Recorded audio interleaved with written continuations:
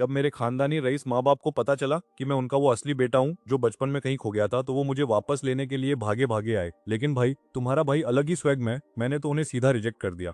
क्यों? क्योंकि मेरे पास है एक कंजम्पशन सुपर रिबेट सिस्टम। सीधा हिसाब है, जितना पैसा खर्च करो उतना ही डबल होकर वापस मिलेगा। अब उस नकली लाडले को जो खानदान की गद्दी इतनी प्यारी लग रही है ना, मुझे उसकी रत्ती भर भी फिक्र नहीं है। इसलिए जब मेरी सो कॉल्ड बड़ी बहन शू शिन्यान मुझे लेने आई, तो उसे लगा था कि मैं खुशी से नाचने लगूंगा, पर मैंने तो उसे बस एक ठंडी लुक दी और शांति से डीएनए टेस्ट कराने के लिए राजी हो गया। टेस्ट सेंटर के बाहर शू साहब, यानी मेरे असली बाप, पहले से ही इंतजार कर रहे थे। मुझे देखते ही उनका तो जैसे सिस्टम ही हैंग हो गया, क्योंकि मेरी शक्ल उनसे इतनी मिलती है जैसे किसी ने जेरोक्स कॉपी निकाल दी हो।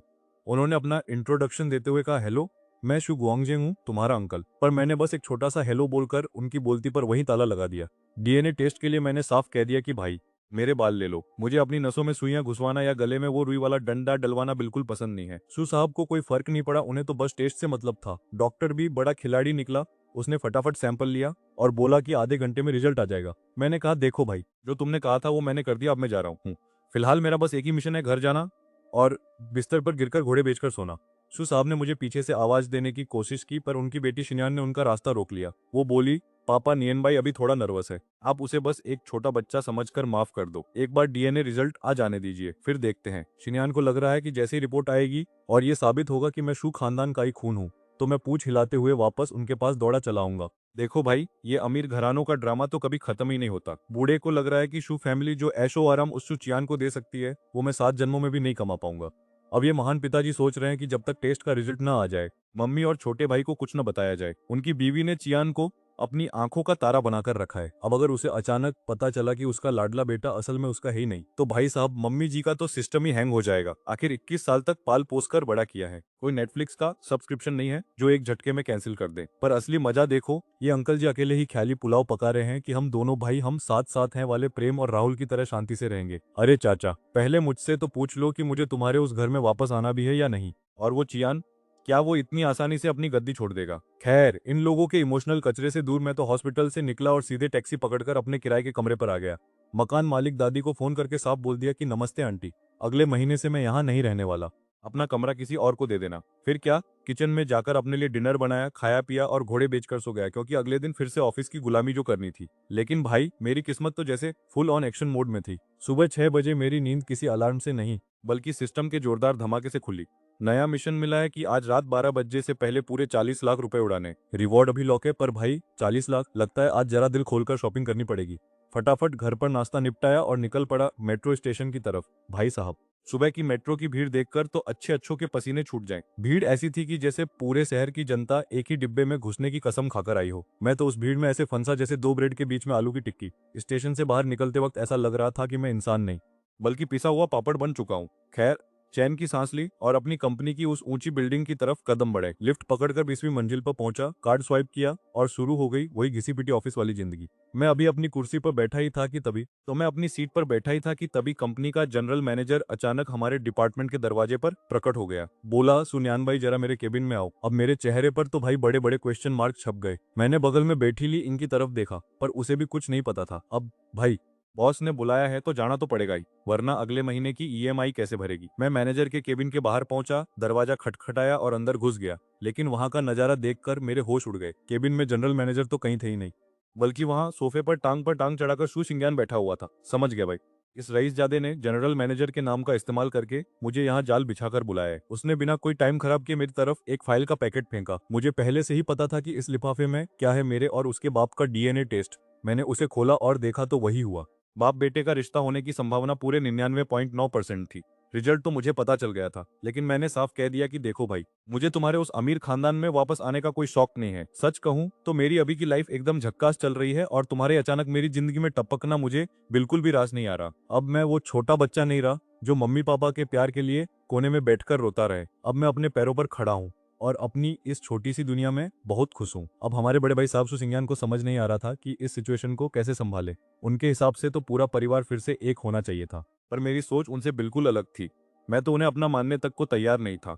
वो बोले कि तुम मेरे भाई हो और ये एक अटल सच है।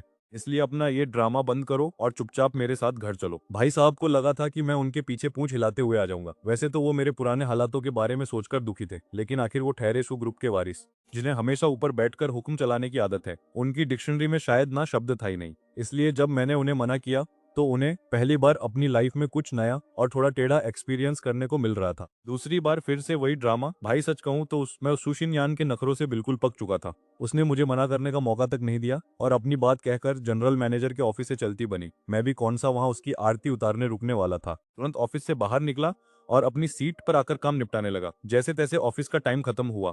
मैंने बिल्डिंग के बाहर ली को टाटा बाय बाय बोला और सीधा भागा कंपनी के सामने वाले जिंग शेंग मॉल की तरफ। अब देखो भाई, आम लोग सीधा लग्जरी फ्लोर पर भागते हैं, पर अपना स्टाइल अलग है। मैं सीधा गया 12वीं मंजिल के फूड कोर्ट में। भाई, पैसा जेब में हो तो चाल अपने आप बदल जाती है। ऐसा लगता है जैसे पूरा मॉल अपने बाप का है। मैंने एक बढ़िया सा दिखने वाला फैमिली रेस्टोरेंट चुना और खाना आते ही शुरू हुआ वही पुराना चोचला, यानी पहले कैमरे को खिलाओ फिर खुद खाओ। भाई, जब तक सोशल मीडिया पर 9 फोटो वाला ग्रिड पोस्ट न हो जाए तब तक खाना हजम नहीं होता। कायदे से फोटो खींचने के बाद मैंने पेट पूजा शुरू की। पेट भर के हॉट पॉट खाने के बाद मैं सीधा पहुंचा लग्जरी फ्लोर पर। कल मैंने टिफनी के गहने और अर्मेस का बैग खरीदा था, तो आज बारी थी तीसरी दुकान यानी कार्टियर की। वहां की सेल्स वाली लड़कियों के बीच तो मेरे चर्चे पहले से ही गर्म थे। उनके गॉसिप वाले व्हाट्सएप ग्रुप में खबर फैल चुकी थी कि एक लो प्रोफाइल रईस आया है जो कल दूसरी दुकानों में लाखों लुटा गया था। उन बेचारियों को लगा था कि ये जैकपॉट उनके हाथ से निकल गया और घड़ी वाली दुकान ने बाजी मार ली। पर जब मुझे दोबारा वहां देखा तो उनकी तो जैसे लॉटरी लग गई। मैं बिल्कुल सादा बनकर गया था। कलाई पर बस वही 3000 वाला अर्मेस का ब्रेसलेट था, पर मेरा रहस्यमयी स्वैग देखकर ही वो समझ गई थी कि ये वही बंदा है जिसने कल 10 मिनट के अंदर 2 घड़ियां खरीदी थी जिनकी कीमत 10 लाख के आसपास थी। वहां सियाओ छिंग नाम की एक सेल्स गर्ल तुरंत लपक कर मेरे पास आई और मक्खन लगाते हुए बोली, नमस्ते सर, कार्टियर में आपका स्वागत है। मैंने बस धीरे से सिर हिलाया और उसे फालतू की बकवास करने से मना कर दिया, क्योंकि मुझे खुद अपनी आंखों से देखना था कि इस बार मर्दों के लिए क्या क्या माल आया है। ये हैंड बैग देखने में तो काफी कड़क लग रहा है। मुझे वैसी चीजें पसंद है जो सिंपल और क्लासी हो, ना कि वो जिनमें बड़े बड़े लोगो चिपके हों और चिल्ला चिल्ला कर कहें कि मैं अमीर हूँ। ये वाला एकदम सही है। बेचारी सेल्स गर्ल शाओ छिंग का चेहरा थोड़ा उतर गया, क्योंकि इस बैग की कीमत 10,000 से भी कम थी। उसे लगा शायद उसका कमीशन कम हो जाएगा, पर फिर उसे याद आया कि कल मैंने शोरूम में क्या तबाही मचाई थी, तो वो तुरंत अपनी फॉर्म में आ गई और मक्खन लगाते हुए बैग निकाल लाई। बोली, सर आपकी चॉइस तो एकदम झकास है। ये प्योर लेदर है और इसकी चैन भी आप अपनी मर्जी से निकाल सकते हैं। मैंने कहा, ज्यादा ज्ञान मत पेल, बस इसे पैक कर दे। फिर मेरी नजर एक अंगूठी पर पड़ी, लव सीरीज की रोज गोल्ड डायमंड रिंग। इसकी कीमत थी 4,40,000। बैग के 10,000 मिलाकर कुल बिल बना 4.5 लाख। अब शाओ छिन की तो बांछें खिल गईं। उसे समझ आ गया कि ये बंदा ऊपर से भले ही शांत दिख रहा हो, पर अंदर से तगड़ा मालदार है। कार्टियर का काम तमाम करके मैं सीधा पहुंचा एलवी के शोरूम। वहां के नए कपड़े तो मुझे कुछ खास नहीं लगे, जैसे किसी ने पुराने पर्दे सिल दिए हों, पर वहां मुझे एक गोल्ड बॉल वाला मिनी बैग दिख गया जिसका डिजाइन एकदम यूनिक था। मेरी किस्मत देखो, दुकान में आखिरी पीस बचा था जिसे मैंने तुरंत लपक लिया। पर मुझे लगा कि यार पैसे उस रफ्तार से खर्च नहीं हो रहे जैसा मैं चाहता हूँ, तो मैंने सोचा क्यों ना अपनी इस नसीली शक्ल को थोड़ा और चमकाया जाए। आखिर अमीर होने के बाद एक हैंडसम बॉय दिखना भी तो जरूरी है ना। मैंने मॉल में महंगे ब्रांड्स ढूंढना शुरू किया और कई सारे फेस मास्क और स्किन केयर सेट्स की झड़ी लगा दी ताकि खुद को थोड़ा पैम्पर कर सकूं। अभी मेरी शॉपिंग खत्म ही हुई थी कि तभी मेरे फोन की घंटी बजी। कोई अनजान नंबर था। मुझे लगा शायद फिर से कोई स्कैम कॉल होगा जो पूछेगा कि सर क्या आपको लोन चाहिए, पर तभी सिस्टम का नोटिफिकेशन आया कि मेरा शॉपिंग वाला टास्क पूरा हो चुका है। लो भाई, सिस्टम ने तो छप्पर फाड़ के दे दिया। मिशन रिवॉर्ड में 3 गुना बोनस मिला है और सीधा 1,20,00,000 मेरे बैंक अकाउंट में टपक गए। साथ ही डिंगसी बिल्डिंग के मालिकाना हक के कागज भी सिस्टम बैग में आ गए हैं। क्या ये वही डिंगसी बिल्डिंग है जो मैं सोच रहा हूँ? कसम से अब तो सबर नहीं हो रहा, जल्दी से उन पेपर्स को देखना है। मैंने फटाफट एक टैक्सी रोई ड्राइवर को सीधा शिन्यूफू चलने को कहा। अभी टैक्सी में बैठा ही था कि फिर से फोन बजने लगा, वही नंबर जिसे मैंने अभी इग्नोर किया था। थोड़ी देर सोचा और फिर कॉल उठा लिया। उधर से आवाज आई, मैं सुशिन्यान बोल रही हूँ। नाम सुनते ही मेरा माथा ठनक गया। भाई, मैं कोई उनके खानदान का पाला हुआ नौकर नहीं हूँ जो जब भी ये लोग बुलाएं और मैं नाचने लगूं। उसका मूड खराब है तो इसमें मेरी क्या गलती? क्या मैं कोई डॉक्टर या थेरेपिस्ट हूँ जो उसका नखरा झेलूं? मैंने सीधा फोन काट दिया और उसे ब्लॉक लिस्ट की सैर पर भेज दिया। शांति। उधर कांगड़े हॉस्पिटल में सू सिन्यान के कमरे के बाहर अलग ही ड्रामा चल रहा था। फोन पर आई उस लड़के की भारी आवाज सुनकर उसे समझ आ गया कि उसे ब्लॉक कर दिया गया है। उसका बाप सू फू वहीं खड़ा था और बड़ी उम्मीद से पूछने लगा कि वो कब तक पहुंच रहा है। सू सिन्यान के होंठ कांपने लगे और आखिरकार उसने सच उगल ही दिया कि वो नहीं आएगा और उसने मेरा नंबर भी ब्लॉक कर दिया है। अब भला कब तक इस कड़वे सच को छुपाती? सच कहूं तो उस बाप को अपने उस बेटे के लिए रत्ती भर भी प्यार नहीं था, जिससे वो कभी मिला तक नहीं था। और जब उसने सुना कि बेटे ने आने से साफ मना कर दिया है, तो भाई साहब, बाप की नजरों में मेरी इज्जत जमीन के भी नीचे धंस गई। उधर शिव सिंह भी चुपचाप खड़ी रही।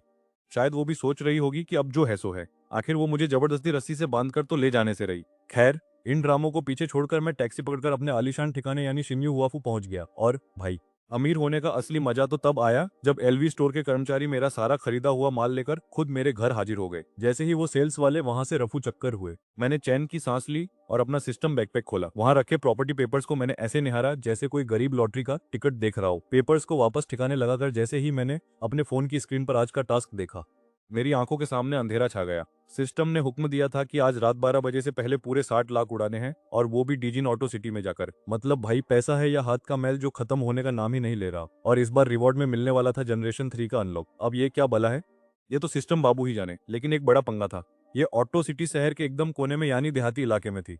अब अगर ये टास्क पूरा करना है तो ऑफिस से छुट्टी लेनी पड़ेगी। परसों ही तो एक दिन की छुट्टी मारी थी। अब अगर आज फिर से छुट्टी मांगी तो मेरा वो खड़ू सुपरवाइजर मेरी आरती तो उतारेगा नहीं। मैंने सोचा चलो भाड़ में जाए सब, फिलहाल सुबह ऑफिस चलते हैं और दोपहर में कोई ना कोई जुगाड़ बिठा लेंगे। मैं फुर्ती से बिस्तर से उठा, ब्रश किया, मुंह धोया और बढ़िया से कपड़े पहनकर टिप टॉप तैयार हो गया। नए घर से डिंगसी बिल्डिंग जाने के लिए मैंने टैक्सी पकड़ी। जैसे ही मैंने बिल्डिंग के रिसेप्शन हॉल में कदम रखा, मुझे किसी के चिल्लाने की बड़ी उत्तेजित सी आवाज सुनाई दी। कोई पागलों की तरह चीख रहा था और तेज भागते हुए कदमों की आवाज मेरी तरफ बढ़ती जा रही थी।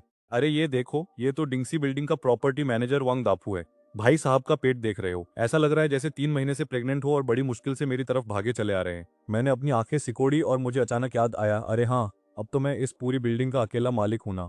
तो ये गोलू मोलू तो मेरे पीछे आएगा ही। मैंने पूछा, और वांग भाई सुबह सुबह क्या हालचाल, कोई जरूरी काम है क्या?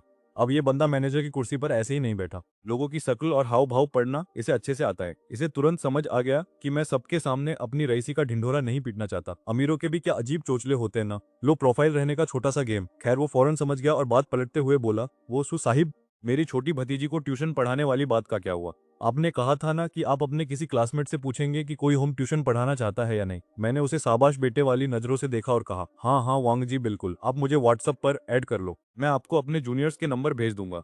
मैंने अपना क्यूआर कोड उसके सामने किया और उसने बड़ी इज्जत से अपना फोन निकालकर उसे स्कैन किया। मैंने कहा, वांग जी अब बाकी बातें व्हाट्सएप पर ही होंगी।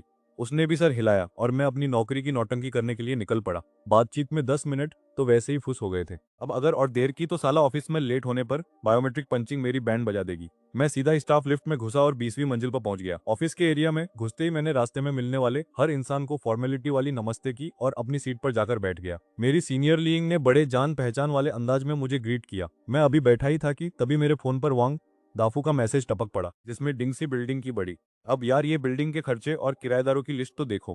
कुछ नमूने किराएदारों को भारी डिस्काउंट मिल रहा है तो किसी को रेंट लेट देने की छूट। पुराने मालिक के साथ इनका जरूर कोई खास रिश्ता होगा, पर मेरे यहाँ ये भाईचारा और प्यार मोहब्बत नहीं चलने वाला। मैंने तुरंत वंग दाफू को मैसेज पेल दिया कि इस महीने तीसरी तिमाही का किराया 1-1 रुपए के हिसाब से कॉन्ट्रैक्ट के मुताबिक टाइम पर चाहिए। जो ज्यादा शाना बने या नखरे दिखाए उसका एग्रीमेंट खत्म करो और लात मारकर नया किराएदार ढूंढो। बेचारा वांग दाफू पहले इन रासुकदारों के सामने भीगी बिल्ली बना फिरता था, पर अब सीन बदल चुका है। अब पूरी डिंगसी बिल्डिंग मेरे अकेले के नाम पर है और वो मेरा राइट हैंड यानी मेरा वजीर है। जो पहले इन लोगों के सामने नौकर की तरह झुकता था, अब वो शेर बनकर सबकी बजाएगा। वांग दाफू ने फटाफट सबको ग्रुप मैसेज भेजकर उनकी खुशियां छीन ली और इधर मैं अपने बोरिंग ऑफिस वाले मोड में वापस आ गया। दोपहर तक काम निपटाने के बाद मैं अपनी छुट्टी की अर्जी लेकर सुपरवाइजर के केबिन में घुस गया। वो मुझे देखकर ऐसे शक्ल बनाने लगा जैसे मैंने उसकी किडनी मांग ली हो और बोला, अरे शाओ भाई, तुम तो आए दिन गायब रहते हो। अभी परसों ही तो एक दिन की छुट्टी दी थी, अब फिर आधे दिन की छुट्टी चाहिए। ऊपर वाले लीडर्स पूछेंगे तो मैं क्या जवाब दूंगा? अब यार इस राइटर की लॉजिक देखो। मैं करोड़ों की बिल्डिंग का मालिक होकर यहाँ इस खूसट की डांट सुन रहा हूँ। मैंने भी फुल सीरियस होकर एटीट्यूड में बोल दिया, देखो बॉस, मुझे बहुत जरूरी काम है, अगर आप छुट्टी मंजूर नहीं करते तो ये पकड़ो मेरा इस्तीफा, मैं अभी नौकरी छोड़ रहा हूँ।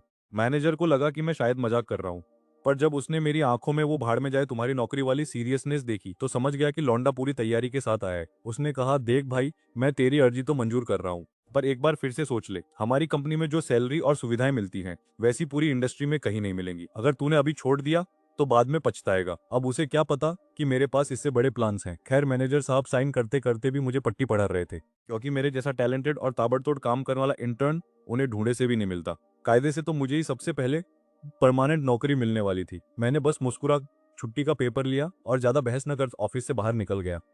वहां लीइंग मेरा इंतजार कर रही थी। जब उसे पता चला कि मैंने फिर से छुट्टी मार ली है तो उसके तो होश ही उड़ गए। कहने लगी, भाई आजकल के ये 2000 के बाद पैदा हुए बच्चे कुछ ज्यादा ही जिगर वाले नहीं हो गए। मैंने उसे स्टाइल में वो पेपर दिखाया और बोला, अपन की डिक्शनरी में ऐसी कोई छुट्टी नहीं है जो मुझे ना मिले। लीइंग ने भी हार मानकर मुझे अंगूठा दिखा दिया, क्योंकि छुट्टी मांगने के मामले में मेरा कोई तोड़ नहीं था। ऑफिस का टाइम खत्म होते ही मैंने अपनी अर्जी एडमिन डिपार्टमेंट में जमा की और उसे कल मिलते हैं बोलकर वहां से कल्टी मार ली। डिंगसी बिल्डिंग से निकलकर मैंने सीधे टैक्सी पकड़ी और पहुंच गया साउथ कार सिटी। वहां के सेल्स वाले बंदे भी उन महंगे शोरूम के सेल्समैन की तरह थे, जो इंसान की शक्ल देखकर उसकी औकात का अंदाजा लगा लेते हैं। मुझे अकेला आता देखकर उन्होंने अपना जासूसी दिमाग दौड़ाना शुरू किया। उनका सोचना था कि ये बंदा अकेला आया है, मतलब खुद के लिए गाड़ी खरीदने आया है। ऊपर से नीचे तक देखा तो हाथ में घड़ी के अलावा कोई बड़ा ब्रांड नहीं दिखा, और वो घड़ी भी असली है या नहीं उन्हें शक था। उन्हें समझ आ गया कि मैं यहाँ पहली बार आया हूँ, पर मेरे चेहरे पर कोई घबराहट नहीं थी, जिसे देखकर उन्हें लगा कि बंदा पूरी तैयारी के साथ आया है। कुल मिलाकर उनके लिए मैं एक ठीक ठाक कस्टमर तो था, पर कोई बहुत बड़ा रईस नहीं। तो भाई, जैसे हमारे यहाँ कहते हैं कि भूखे को सूखी रोटी भी पनीर टिक्का लगती है, वैसे ही यहाँ सेल्समैनों का हाल था। एक बंदा जिसका नाम लीची था, वो लपक कर हीरो के पास आया और बोला, सर मैं फॉक्सवैगन का सेल्समैन हूँ, बताइए कौन सी गाड़ी देखनी है। अब अपने हीरो ने भी फुल टशन में बोल दिया, भाई इस ब्रांड में कोई ऐसी गाड़ी है क्या जो सच में महंगी हो? मुझे तो यहाँ सब सस्ता माल लग रहा है। ये सुनकर लीची के तो जैसे तोते ही उड़ गए। उसे लगा भाई ये बंदा या तो अंबानी का खोया हुआ बेटा है या फिर पागल खाने से भागा है। खैर, सेल्समैन था तो पलटी मारने में उस्ताद निकला। उसने तुरंत पूछा, अच्छा सर, तो फिर अपना बजट बता दीजिए, मैं आपको किसी और तगड़े ब्रांड के पास ले चलता हूँ। बेचारा लीची खुद तो गाड़ी नहीं बेच पा रहा था, पर उसने सोचा कि चलो कम से कम दलाली ही खा लेते हैं। अब इस शोरूम वाली दुनिया का एक गंदा राज सुनो, अगर एक ब्रांड का सेल्समैन दूसरे ब्रांड वाले को कस्टमर देता है तो उसे सेल का 0.5% कमीशन मिलता है। अब आप कहोगे कि भाई ये तो चिल्लर है, लेकिन भाई 6 मिलियन की रकम में ये चिल्लर भी आईफोन दिलाने के लिए काफी है। हीरो ने जैसे ही हाँ बोला, लीची ने फौरन अपने सेल्स वाले ग्रुप में मैसेज डाल दिया, भाइयों 6 मिलियन का मोटा मुर्गा फंसा है, जिसे अपनी किस्मत चमकानी है, जल्दी आ जाओ। अब ग्रुप में तो खलबली मच गई, पर आधे से ज्यादा लोगों को लगा कि लीची का दिमाग सटक गया है। इतने पैसे वाला बंदा फॉक्सवैगन के पास क्या अपनी भैंस चराने आएगा? लीची को इस रिएक्शन की उम्मीद पहले से थी, क्योंकि भाई सेल्स की दुनिया में भी कुछ अतरंगी नमूने भरे पड़े होते हैं। तभी वहां वही जवान लड़का आया जिसे अभी थोड़ी देर पहले रॉल्स रॉयस वाले शोरूम से बाहर का रास्ता दिखाया गया था।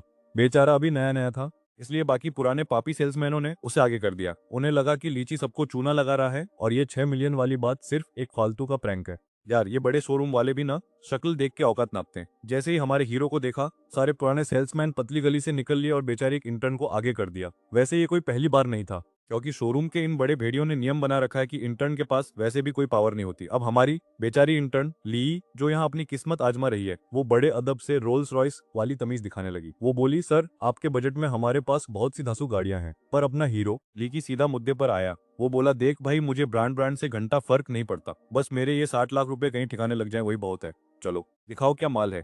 अब ली को वैसे तो इस डील पर जरा भी भरोसा नहीं था, उसे तो बस बलि का बकरा बनाकर आगे कर दिया गया था। पर एक वजह यह भी थी कि लीकी ने पहले उसके साथ थोड़ी इंसानियत दिखाई थी, तो वो भी नहीं चाहती थी कि हीरो यहाँ सबके सामने बेइज्जत हो। लेकिन जैसे ही उसने सुना कि भाई का बजट 60 लाख है, कसम से उसके तो फ्यूज ही उड़ गए। उसे लगा शायद ये कोई छुपा रुस्तम रईस निकला। उसने झेपते हुए पूछा, सर आपको किस टाइप की गाड़ी में इंटरेस्ट है?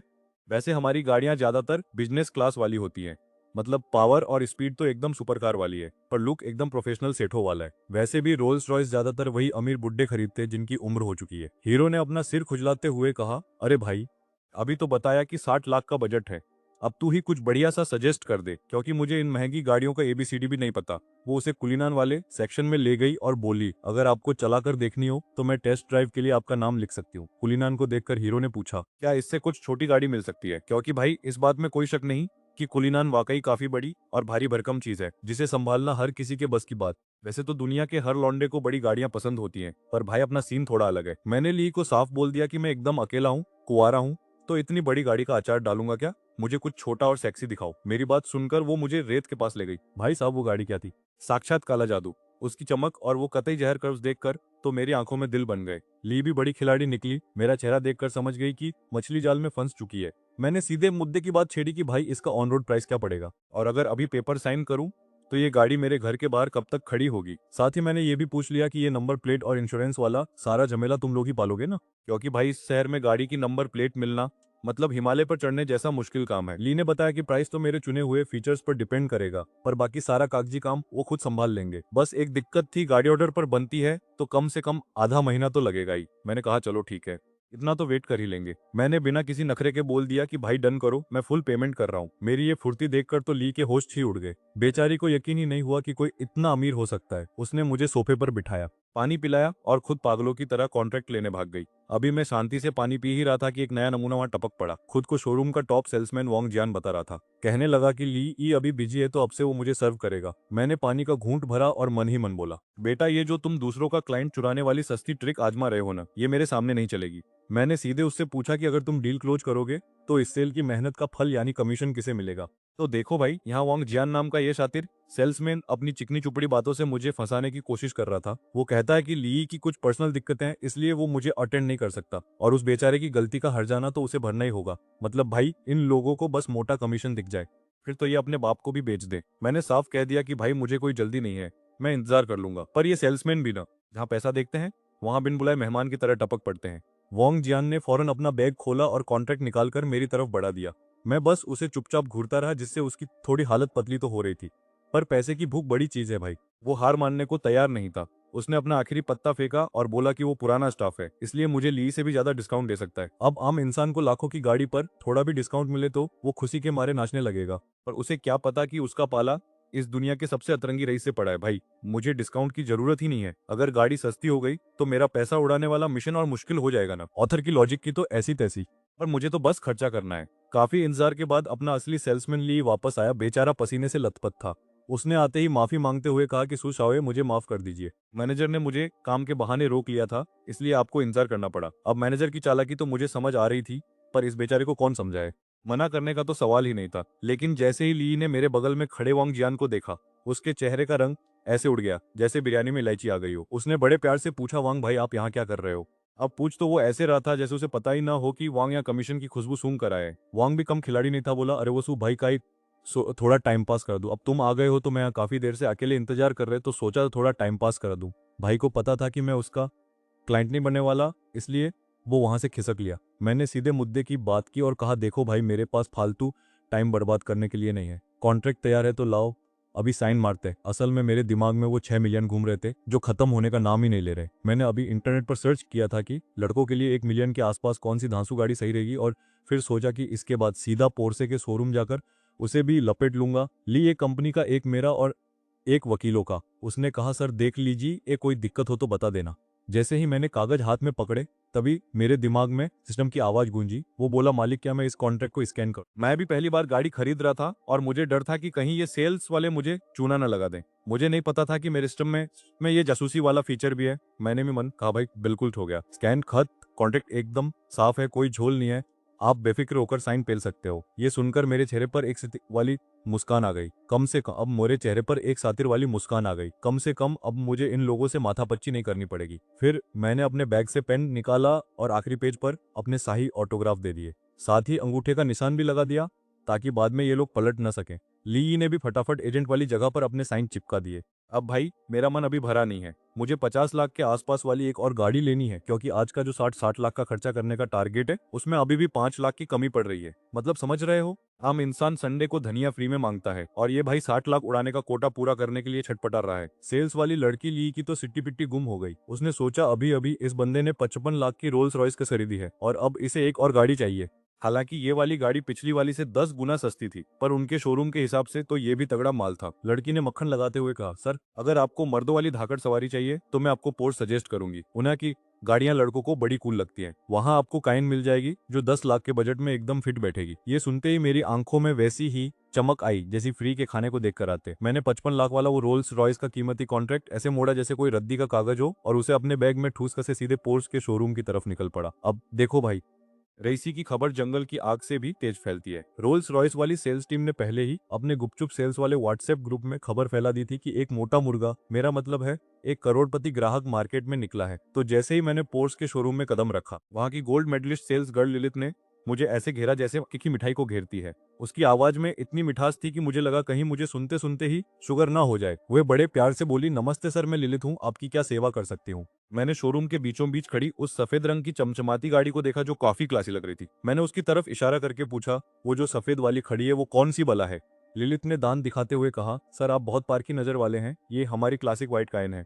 सेल्स वाली लड़की चहकते हुए बोली, सर ये हमारी सबसे हॉट सेलिंग कार है। जवान लड़कों की तो ये पहली पसंद है। क्या आप टेस्ट ड्राइव लेना चाहेंगे? मैं अभी सेटिंग करवा देती हूँ। उसकी आंखों की चमक देखकर मुझे समझ आ गया कि उसे अपनी मोटी कमीशन की खुशबू आ गई है। वैसे इस गोल्डन व्हाइट मॉडल का लड़कों के बीच इतना क्रेज क्यों है, ये इसे पास से देखकर साफ पता चलता है। मैंने सीधे मुद्दे की बात की। टेस्ट ड्राइव की फुर्सत नहीं है, बस ये बताओ कि गाड़ी अभी मिल जाएगी या फिर बाकी शोरूम की तरह महीनों का इंतजार करना पड़ेगा। देखो भाई, मैं रहता हूँ शिन्यू हुआफू जैसी रईस जगह पर, और वहां से ऑफिस जाने के लिए मेट्रो के धक्के खाना या टैक्सी का इंतजार करना मेरे बस का नहीं है। वहां हर बार सवारी ढूंढना एक बड़ा सिर दर्द है। वो एक्साइटेड होकर बोली, सर आप तो बड़े किस्मत वाले निकले, आज ही एक गाड़ी स्टॉक में आई है। खबर तो हमने बाहर फैला दी थी, पर अगर आप लेने को तैयार हैं तो मैं अभी मैनेजर के पास जाकर ये गाड़ी आपके नाम करवा दूंगी। आखिर उसे भी तो अपनी सेल क्लोज करनी थी। मैनेजर को भी पता है कि गाड़ी को शोरूम में खड़ा करके उस पर धूल जमाने से अच्छा है कि उसे किसी रईसजादे को तुरंत चिपका दिया जाए। खड़ी गाड़ी खराब होने का डर भी तो रहता है, इसलिए माल बेचना ही असली समझदारी है। मैंने भी फुल एटीट्यूड में कहा, ठीक है जाओ बात कर लो। मैं आया तो इसी गोल्डन व्हाइट को देखने था, पर अब असली माल सामने खड़ा है तो मुझे ये पसंद आ गई है। अब ये गाड़ी पहले चाहे किसी के लिए भी आई हो, मुझे फर्क नहीं पड़ता, अब ये मेरी है। जी सर, आप बस 2 मिनट बैठिए। वो खुशी से पागल होकर बोली और जाते जाते लिली को आवाज लगाई, लिली सर के लिए बढ़िया सा पानी लाओ, और खुद तेज कदमों से मैनेजर की केबिन की तरफ भाग गई। अब जितनी देर मैं वहां सोफे पर पैर पसार कर बैठा रहा, शोरूम के आधे लोग तो मुझे ही ताड़ रहे थे। कुछ मेरी पहचान जानने के लिए बेताब थे, तो कुछ को जलन हो रही थी कि क्या ये लौंडा सच में इतनी महंगी गाड़ी अफोर्ड कर सकता है।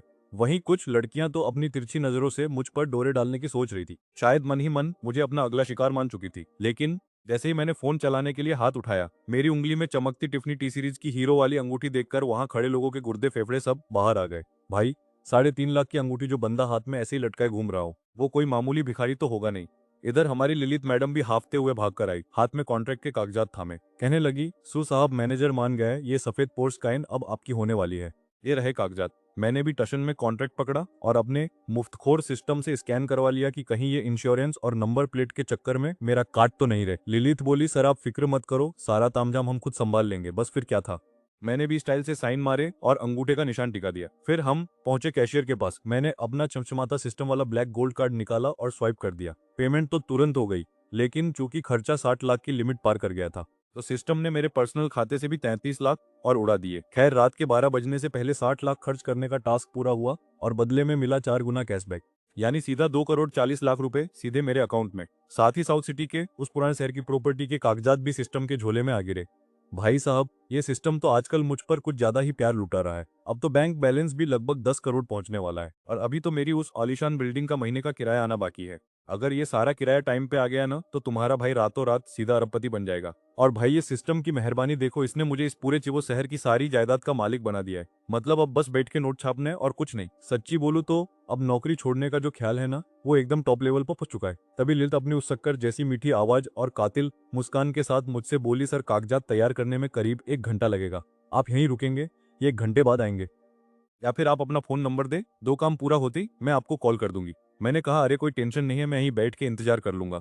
बस 1 घंटे की ही तो बात है, तब थोड़े शॉर्ट वीडियो देख लूंगा और टाइम पास हो जाएगा। ललित कॉन्ट्रैक्ट लेकर वहां से चली और देखते देखते आंखों सो जलेगा। मैं अपनी कॉन्ट्रैक्ट जगह पर बैठ गया और टाइम पास के लिए फोन निकाल लिया, पर अपनी पुरानी जगह पर बैठ गया और टाइम पास के लिए फोन निकाल लिया, पर अभी मैंने ढंग से फोन चलाना शुरू भी नहीं किया था कि एक अननोन नंबर से कॉल आ गया, पर अगले ही सेकंड फिर से उसी नंबर से घंटी बजने लगी। अब मजबूरी में फोन उठाना ही पड़ा। उधर से आवाज आई, हेलो सुन्यान भाई, तू है कहाँ? ये शू शिन्यान थी। कसम से ये बंदी तो पीछे ही पड़ गई है, जैसे कोई पुरानी फिल्म का साया हो। मैंने झाड़ते हुए बोला, मैं कहीं भी रहूं, तुझे क्या पंचायत है? फोन क्यों किया? मुझे तो ये समझ नहीं आता कि जब वो दूसरा वाला लड़का सूचियान इस असली और नकली बेटे वाले ड्रामे की वजह से पहले से ही सदमे में है, तो ये लोग मुझे वापस घर बुलाने के लिए इतने उतावले क्यों हैं? मैंने 10 बार साफ साफ बोल दिया है कि मुझे उस घर में वापस नहीं आना, पर लगता है इन लोगों के कान पर जू तक नहीं रेंगती। वो उधर से चिल्लाने लगी, छियान तेरी वजह से बेहोश हो गया है, क्या तुझे जरा भी शर्म नहीं आती? वो बेचारा अस्पताल में पड़ा है और तू बाहर गुलछर्रे उड़ा रहा है। भाई, ये सुनकर मेरा तो दिमाग ही चकरा गया। मैंने बस इतना ही कहा, हेलो दिमाग का इलाज कराया है या फिर पैदाइशी पागल है तू? अब भाई, ये शुकियान बेहोश हो गया तो इसमें मेरी क्या गलती है? मतलब हद है यार। मैं तो पूरे सीन में एक बार भी उसके सामने नहीं गया, फिर भी सारा ठीकरा मेरे ही सर पर फोड़ रहे हो। अपनी गलती मानने के बजाय मुझ पर चिल्ला रहे हो।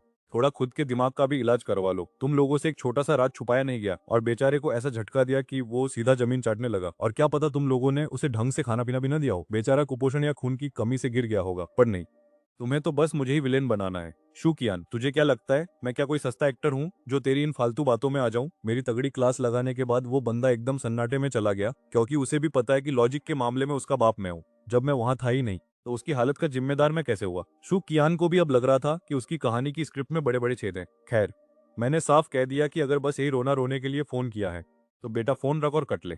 इसके बाद मैंने उसे सीधा ब्लैकलिस्ट वाली वीआईपी टिकट थमा दी। अब देखते हैं उसके पास नए सिम कार्ड ज्यादा है या मेरी ब्लैकलिस्ट में जगह है। अभी फोन रखा ही था कि बगल से जोरदार तालियों की गड़गड़ाहट सुनाई दी, जैसे मैंने कोई ऑस्कर जीतने वाली स्पीच दे दी हो। मैंने मुड़कर देखा तो वहां एक बड़ी ही चमकती धमकती और स्टाइलिश मैडम खड़ी थी। कसम से ऐसी अतरंगी बंदी अगर पहले कहीं देखी होती तो मुझे पक्का याद रहती। वो एकदम कातिलाना स्माइल के साथ मुझे देख रही थी। वो 3 ही कदम में चलकर मेरे सामने आकर बैठ गई। कहने लगी, मेरा नाम लियू क्विंकिंग है, तुम्हारा क्या है? अभी जो तुमने फोन पर सबकी फाड़ के रख दी ना, वो परफॉर्मेंस देखकर तो मैं तुम्हारी फैन हो गई और अब मुझे तुमसे जान पहचान बढ़ानी है, मिस हुई। अरे ओ मैडम, इतना भी मत चौंको मेरी फुर्ती देख के। सालों तक जो मैंने दुनिया वालों के पिछवाड़े लाल किए हैं उसके आगे ये कुछ नहीं है। मुझ जैसे अनाथ को अगर दुनिया के इस जंगल में जिंदा बचकर निकलना है तो हाथ पैर तो मारने ही पड़ेंगे ना, वरना ऊपर वाला कभी का बुलावा भेज देता। तभी लियू किंग किंग अपना दांत चियारते हुए खुद का ही मजाक उड़ाए और पूछती है, वैसे तुम यहाँ गाड़ी खरीदने आए हो या? अरे यार, मैं भी कितनी पागल हूँ, शोरूम में लोग छोले भटूरे खाने तो आएंगे नहीं। वैसे तुमने कोई गाड़ी फाइनल की क्या? अगर कंफ्यूज हो तो तुम्हारी ये नई दोस्त तुम्हारी मदद कर सकती है। मुझे गाड़ियों की रग रग का पता है, मेरा नॉलेज एकदम सिस्टम फाड़ है, पर अपना हीरो तो भाई अलग ही स्वैग में है। उसने कहा, ज्यादा दिमाग मत लगा, गाड़ी ले लिए, बस अब पेपर वर्क और कागजों का इंतजार कर रहा हूँ। लियू की तो आंखें फटी की फटी रह गई। अरे वाह, कौन सी गाड़ी ली भाई? बताओ बताओ, मुझे भी नई गाड़ी लेनी है, पर समझ नहीं आ रहा क्या लूं। तुम्हारी पसंद देखकर मुझे भी थोड़ा आइडिया मिल जाएगा। मैं एकदम सीरियस चेहरा बना कहा, क्लासिक व्हाइट, और कसम से अगर मेरे चेहरे पर वो कमीनी वाली हंसी नहीं होती तो वो पक्का यकीन कर लेती। लियू बेचारी सकपा गई और बोली, अरे यार, क्लासिक व्हाइट वो तो ऑफिस वाले बोरिंग अंकल लोगों के लिए होती है, मुझ जैसी कूल लड़की पे वो बिल्कुल सूट नहीं करेगी। उसे भी बड़ा ताज्जुब हुआ कि ये बंदा जो अभी थोड़ी देर पहले ज्वालामुखी की तरह फट रहा था, उसने इतनी शरीफों वाली गाड़ी कैसे चुन ली। सच में दोस्तों, शक्ल पे मत जाना, ये बंदा क्या आइटम है किसी को नहीं पता। अब लियू को लगा कि गाड़ी वाली बात तो फुस हो गई, तो उसने नया जाल फेंका। सुनो, तुम्हारी गाड़ी के कागजात कब तक तैयार होंगे? आज रात को पहाड़ी रास्तों पर एक जबरदस्त रेसिंग होने वाली है, क्या तुम्हारा मन है वहां चलने का? पर मैं भी कोई कच्चा खिलाड़ी नहीं हूँ। मैंने तुरंत उसके अरमानों पर पानी फेरते हुए कहा, नहीं भाई, मुझे इन सब में कोई इंटरेस्ट नहीं है, और वैसे भी मैं इतना भी बड़ा बेवकूफ नहीं हूँ कि किसी ऐसी लड़की के साथ रेस पर निकल जाऊं जिसका नाम तक मुझे नहीं पता कि असली है या बस चूना लगा रही है। बंदी भी एकदम ढीठ थी, हार नहीं मानी। बोली, अरे यार, अगर तुम्हें रेसिंग नहीं आती तो टेंशन मत लो, तुम बस बगल वाली सीट पर बैठ के मुझे चीयर करना, भरोसा रखो। मैं कोई वैसी लड़की नहीं हूँ, अगर देर हो गई तो मैं खुद अपनी गाड़ी से तुम्हें घर छोड़ दूंगी। तुम्हें क्या लगता है कोई भी नॉर्मल लड़का? भाई, मैंने तो सीधा मुंह पर बोल दिया कि क्या मैं पागल दिखता हूँ जो किसी भी राह चलती अजनबी लड़की के साथ अपनी गाड़ी भगाता फिरूंगा। मेरी इतनी साफ और कड़वी बात सुनकर लियू क्विंग क्विंग का तो जैसे सिस्टम ही हैंग हो गया। उसे समझ नहीं आ रहा था कि क्या जवाब दे, पर शायद उसे मेरी बात में लॉजिक नजर आ गया। मतलब अपनी पूरी लाइफ में उस बंदी को आज तक किसी लड़के ने इतने गंदे तरीके से रिजेक्ट नहीं किया था, और अजीब बात देखो, अब उसे मुझ में और ज्यादा इंटरेस्ट आने लगा। वाह भाई, ये तो वही बात हो गई कि जो भाव न दे उसके पीछे पूरी दुनिया पागल। खैर, उसने हार नहीं मानी और बोली, चलो तुम्हारी परेशानी जायज है, पर अगर रेसिंग नहीं तो क्या हम दोस्त नहीं बन सकते? कम से कम अपना वीचेट तो दे दो। अब मैं फालतू की पंचायत नहीं करना चाहता था, तो चुपचाप फोन निकाला, क्यूआर कोड स्कैन किया और उसे चलता किया। मिंग न्यान भाई का फ्रेंड रिक्वेस्ट एक्सेप्ट करते ही वो तो ऐसे खुश हुई जैसे उसे कोई लॉटरी लग गई हो। जाते जाते फिर वही रटा रटाया डायलॉग मार गई कि अगली बार पक्का रेस करेंगे। भाई, इन रईसजादों के लिए रेसिंग करना तो वैसे ही है जैसे हमारे यहाँ शाम को मोमोज खाना हर 2-4 दिन में इनका शुरू हो जाता है। पर मुझे पता था कि हम दोनों अलग दुनिया के लोग हैं, तो आगे मिलने का चांस बिल्कुल 0% है। करीब 40 मिनट तक मैं वहाँ वेटिंग एरिया में बैठा अपनी किस्मत को कोसता रहा। तब जाकर वो लिलिथ मैडम अपनी लंबी हिल्स मटकाते हुए वापस आई। बोली, मिस्टर सू, आपकी गाड़ी की नंबर प्लेट और सारे कागजात रेडी हैं। अगर आपके पास ड्राइविंग लाइसेंस है तो आप अभी अपनी सवारी लेकर सड़क पर आग लगा सकते हैं। मैंने एक चाबी अपने बैग में डाली और दूसरी हाथ में लेकर तसल्ली से सारे बिल और डॉक्यूमेंट चेक करने लगा कि कहीं इन शोरूम वालों ने मुझे चूना तो नहीं लगा दिया। जब सब कुछ एकदम टकाटक निकला उसके बाद ही मैंने सारे पेपर्स को मैंने अच्छे से फाइल में सेट कर दिया और चैन की सांस ली। चलो भाई, अपना काम तो हो गया। अब इस सेल्स वाली बंदी को थैंक यू बोलकर मैं अपनी नई चमचमाती कार लेकर वहां से निकलने ही वाला था। आखिर अब भाई के पास खुद की सवारी है, तो ऑफिस आने जाने में उन खटारा बसों और ऑटो वालों के नखरे नहीं झेलने पड़ेंगे। लग्जरी लाइफ की शुरुआत हो चुकी थी। पर जैसे ही मैंने गाड़ी स्टार्ट करने की सोची, मेरे फोन की घंटी बज उठी। स्क्रीन पर एक अननोन नंबर चमक रहा था। कसम से मेरा दिमाग सीधा उस चिपकू शिंगान पर गया। मुझे लगा पक्का उस नमूने ने किसी का फोन मांगकर मुझे टॉर्चर करने के लिए कॉल किया होगा। मैंने फोन को तब तक बजने दिया जब तक वो खुद ही चुप नहीं हो गया। पास खड़ी लिलित ने भी उस नंबर को गौर से देखा। उसे शायद नंबर कुछ जाना पहचाना लगा, पर बेचारी सेल्स वाली लड़की थी तो अपनी चोंच बंधी रखी। जब दूसरी बार फोन बजा तब जाकर मैंने उसे उठाया। सामने से एक भारी आवाज आई, हेलो, क्या मेरी बात सुन्यान भाई जी से हो रही है? चलो शुक्र है ये उस शिंगान की मनहूस आवाज नहीं थी, वरना मैं वही फोन फोड़ देता। फोन पर कोई वो युतंग था। जो इस पूरे ऑटो सिटी का करता धरता यानी मैनेजर था। उसे खबर मिल गई थी कि अब इस पूरी जमीन और बिल्डिंग का नया बाप मेरा मतलब है, नया मालिक मैं हूँ। जुलाई का महीना चल रहा था और तीसरे क्वार्टर का किराया भरने का टाइम आ गया था। बेचारा वो युतांग अंदर से बुरी तरह डरा हुआ था कि कहीं नया मालिक आते ही उसे यहाँ से लात मारकर बाहर न निकाल दे या कोई नया ड्रामा शुरू न कर दे। इसीलिए उसने बिना देर किए मुझे फोन घुमा दिया। मैंने भी उस कूल होकर समझाया कि देखो भाई, मालिक बदलने से तुम्हारा रेंट एग्रीमेंट खत्म नहीं होता। अब से पुराने मकान मालिक की जगह किराया सीधे मेरे जेब में यानी मेरे अकाउंट में डाल देना। मैंने उसे साफ कह दिया कि कॉन्ट्रैक्ट के हिसाब से बस टाइम पर पैसे पहुंचा देना। साथ ही मैंने उसे एक हल्की सी वार्निंग भी दे दी कि तुम्हारा एग्रीमेंट जल्द ही खत्म होने वाला है, तो अगर आगे भी यहाँ टिके रहने का इरादा है तो 1 महीने पहले ही मुझे इन्फॉर्म कर देना। आखिर इतनी बड़ी जगह है, अगर वो भाई खाली करके जाते हैं तो मुझे नया किराएदार ढूंढने के लिए टाइम तो चाहिए ही होगा। रेंट का नुकसान अपन को बिल्कुल पसंद नहीं है भाई। देखो भाई, अब नए किराएदार ढूंढना कोई बच्चों का खेल तो है नहीं, और अगर सब कुछ ठीक रहा तो पुराना वाला ही रिन्यू करेगा ना। वो युतांग को मेरी बातें सुनकर समझ आ गया था कि मैं उन खड़ूस मकान मालिकों में से नहीं हूँ जो बात बात पर कलेश करते हैं। पर वैसे भी जो बंदा चुपचाप पूरी की पूरी कीवो सिटी की जायदाद अपनी जेब में लेकर घूम रहा हो, उसे महीने के 50 करोड़ के रेंट से क्या ही फर्क पड़ेगा। जी हाँ, आपने सही सुना, महीने का 50 करोड़ मतलब साल के पूरे 600 करोड़। अब भाई ये कीबो सिटी शहर से थोड़ी दूर तो है और भीड़ भी कम है, पर जगह इतनी बड़ी है कि सारे रईस लोग अपनी चमकती गाड़ियां लेने यहीं आते हैं। मैंने उसे साफ कह दिया कि भाई देख, रेंट के कागजात और बैंक की डिटेल्स तेरे पास हैं, बस हर महीने की 5 तारीख से पहले पैसा मेरे अकाउंट में टपक जाना चाहिए। बेचारा वो युतांग इतना डर गया था कि उसने तुरंत हाँ कर दी। उसे मेरी आवाज से लग तो रहा था कि मैं काफी जवान हूँ, पर भाई के जलवे के आगे उसकी बोलने की हिम्मत नहीं हुई। मैंने भी ज्यादा भाव नहीं दिया और फोन काट दिया, क्योंकि इस फालतू की बकवास के चक्कर में मेरे 10 मिनट बर्बाद हो गए थे और मुझे गाड़ी चलानी थी। दूसरी तरफ ल्यू किंकिंग ने भी अपनी गाड़ी पसंद कर ली थी, पर शोरूम वालों के पास अभी कोई गाड़ी तैयार नहीं थी। बेचारी को 15 दिन का इंतजार करने को बोल दिया गया। जब वो बाहर आई और उसने मुझे न्यान भाई कहकर बुलाया तो एक सेकंड के लिए तो मैं भी हक्का बक्का रह गया। फिर याद आया कि अरे, ये तो मेरा ही नाम है जो मैंने इसे बताया था। मैंने सोचा चलो ठीक है। लियू मैडम अब थोड़ा फ्रैंक हो रही हैं। कहती है मुझे लियू किंकिंग, या फिर प्यार से किंकिंग दीदी बुला सकते हो। उस औरत ने मेरे सामने ऐसा सेक्सी पोज मारने की कोशिश की कि मुझे अपनी कल रात की बिरयानी बाहर आती हुई महसूस हुई। मैंने सोचा भाई यहाँ से कल्टी मारना ही बेहतर है, वरना ये अपनी अदाओं से मेरा कत्ल कर देगी। अपना सामान उठाया और पोर्ट शोरूम से 9 11 हो गया। बाहर स्टाफ मेरी क्लासिक सफेद कायन को नीचे उतार रहा था। सच बोलूं तो ये गाड़ी मर्दों की पहली पसंद क्यों है, ये मुझे इसे देखते ही समझ आ गया। पहली नजर वाला प्यार हो गया था बॉस। जब मैं ड्राइविंग सीट पर बैठा तो ऐसी फीलिंग आई जैसे मैं किसी परियों की कहानी का हैंडसम राजकुमार हूँ। हालांकि शक्ल से तो मैं विलेन भी नहीं लगता। वैसे तो लाइसेंस मिलने के बाद मैंने गाड़ी को छुआ तक नहीं था, पर थोड़ी ही देर में मेरा अंदर का ड्राइवर जाग गया और मैं एकदम मजे में गाड़ी चलाते हुए सीधा शिन्यू वाफू पहुंच गया। गेट पर अपना नंबर रजिस्टर करवा दिया ताकि अगली बार से ये गार्ड लोग मेरा सिर ना खाएं और मुझे बार बार एंट्री ना करनी पड़े। विला नंबर 1 की अंडरग्राउंड पार्किंग में गाड़ी घुसाई और 3 4 बार आगे पीछे करने के बाद आखिरकार रिवर्स पार्किंग में झंडे गाड़ ही दिए। घर पहुंचते ही मेरा फोन ऐसे चिल्लाने लगा जैसे मोहल्ले में क्लेश हो गया हो।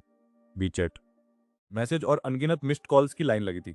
एक अनजान नंबर से आए मैसेज को खोलकर देखा तो समझ आया कि ये मेरे उस महान सगे बाप का है जिसकी शक्ल तक मैंने आज तक नहीं देखी। उसके मैसेज लिखने के अंदाज से ही मैं उसकी चिड़ी हुई शक्ल का अंदाजा लगा सकता था, जिसने पूरी जिंदगी मुझे पालने के लिए एक धेला नहीं दिया। वो अब मैसेज पर अपनी भड़ास निकाल रहा है और मुझ पर ही हुक्म चला रहा है। मैंने भी ज्यादा लोड नहीं लिया और सीधा डिलीट और ब्लॉक वाली सर्जिकल स्ट्राइक कर दी। तो अब ये खानदान वाले चाहते हैं कि मैं खुसट बुड्ढे की बर्थडे पार्टी में आऊं। और इनका मास्टर प्लान क्या है, दुनिया के सामने मुझे एक ऐसा अनाथ बच्चा बताना जिसे इन्होंने एहसान करके गोद लिया था ताकि इनका लाडला सू चियान ही असली वारिस बना रहे। मतलब भाई बेशर्मी का लेवल तो देखो। ऊपर से उम्मीद कर रहे हैं कि मैं इनका शुक्रिया अदा करूं। ये लोग मुझे क्या नरम पनीर समझ रहे हैं जो जब मर्जी जैसे मर्जी मसल देंगे। मैंने शू चियान का नंबर ब्लैकलिस्ट से बाहर निकाला और कॉल घुमा दिया। फोन तो फौरन उठ गया, पर दूसरी तरफ वो चमचा नहीं बल्कि खुद ड्रामा क्वीन शू चियान था। वो अपनी पतली आवाज में बोला, सू नियन भाई, क्या तुम वही असली बेटे हो जिसे मम्मी पापा ने हाल ही में ढूंढा है? मैंने भी अब देखा न था, सीधा नहले पे दहला मारा। अच्छा तो तू ही है वो चियान जो बात बात पर बेहोश हो जाता है। तेरी आवाज तो काफी तगड़ी और जोश भरी लग रही है, कहीं तू ये सब एक्टिंग तो नहीं कर रहा? भाई मुझे इन सफेद कमल और ग्रीन टी जैसे लड़कों से भयंकर एलर्जी है। मेरा हाथ ऐसे लोगों पर खुद ब खुद उठ जाता है और ये नमूना तो सीधे मेरी बंदूक के निशाने पर आ गया था। अब उसका ऑस्कर लेवल ड्रामा शुरू हुआ।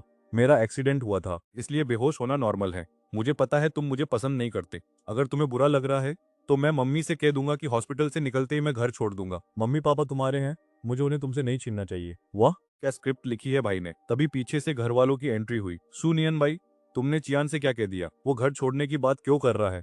बड़े भाई होकर तुम्हें छोटे भाई का ख्याल रखना चाहिए, न कि अपनी जलन में उसे घर से बाहर निकालने की साजिश रचनी चाहिए। अब मुझे क्या पता था कि ये साला बाहर किसी के आने की आहट सुनते ही घर छोड़ने वाला टॉपिक छेड़ देगा। जैसे ही शू चियान कमरे में आया, उसने देखा कि उसका प्यारा भाई फुट फुट कर रो रहा है और फोन पर घर छोड़ने की भीख मांग रहा है, और कॉल के दूसरी तरफ विलेन कौन बना बैठा था? आपका भाई यानी मैं। तो बस बिना कुछ किए मैं इस पूरी फिल्म का विलेन बन गया। भाई कसम से इनकी घटिया चालें देखकर मेरा तो दिमाग ही चकरा गया। हद है यार, ये लोग मानेंगे नहीं। मैंने साफ कह दिया भाई, अपना ज्ञान अपने पास रख, मुझे फोन मत कर, मैसेज मत कर, दिमाग का दही मत कर। मुझे उस शू फैमिली की बर्थडे पार्टी में रत्ती भर भी दिलचस्पी नहीं है। अब मेरे पीछे आना बंद करो, और वो जो तुम्हारा लाडला नगीना है ना शू चियान, वो तुम्हारा भाई होगा, मेरा उससे कोई लेना देना नहीं है। इतना बोलकर मैंने खटाक से फोन काट दिया और उसे फिर से ब्लॉक लिस्ट की शोभा बढ़ाने के लिए भेज दिया। टाटा बाय बाय खत्म। अब इधर मैडम शू सिन्यान कुछ बोलने ही वाली थी कि फोन पर टू टू टू बजने लगा। बेचारी ने दोबारा ट्राई किया, पर घंटा कुछ नहीं हुआ।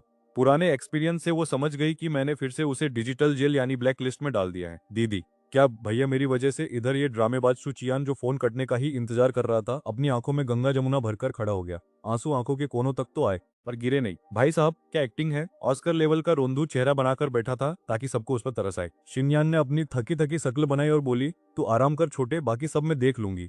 बेचारी शिनयान की हालत भी खस्ता हो रखी थी। एक तरफ ऑफिस का काम, दूसरी तरफ सू नियन बाई को ढूंढने का स्ट्रेस, और ऊपर से इस ड्रामेबाज की देखभाल। आंखों में इतनी लाल लकीरें थी जैसे रात भर जाकर नेटफ्लिक्स पर कोई सस्ता थ्रिलर देख रही हो। अब नियन बाई और चियान के बीच जो दरार आई थी, उसे देखकर शिनयान का तो दिमाग ही फटने वाला था। तभी चियान ने अपना तुरुप का इक्का फेंका, रोते हुए बोला, दीदी क्या भैया मेरी वजह से घर नहीं आ रहे? मुझे पता है मैं मम्मी पापा का सगा बेटा नहीं हूँ, मैंने भैया की जगह छीनी है, शायद मुझे ही ये जगह छोड़ देनी चाहिए। ये बोलकर उसने फिर से नलके खोल दिए। शिनयान तुरंत पिघल गई और बोली, क्या बकवास कर रहा है तू? इस घर में 20 साल से रह रहा है, खून का रिश्ता नहीं तो क्या हुआ? हमारा बॉन्ड तो एकदम अंबुजा सीमेंट जैसा मजबूत है। तू ही इस घर का बड़ा बेटा है और मेरा छोटा भाई भी, ये बात कोई नहीं बदल सकता। शिनयान का चियान के लिए जो ये लगाव था, वो तो भाई असलियत तो सामने आ चुकी है कि शुकियान उसका सगा भाई नहीं है, लेकिन दीदी का प्यार है कि थमने का नाम ही नहीं ले रहा।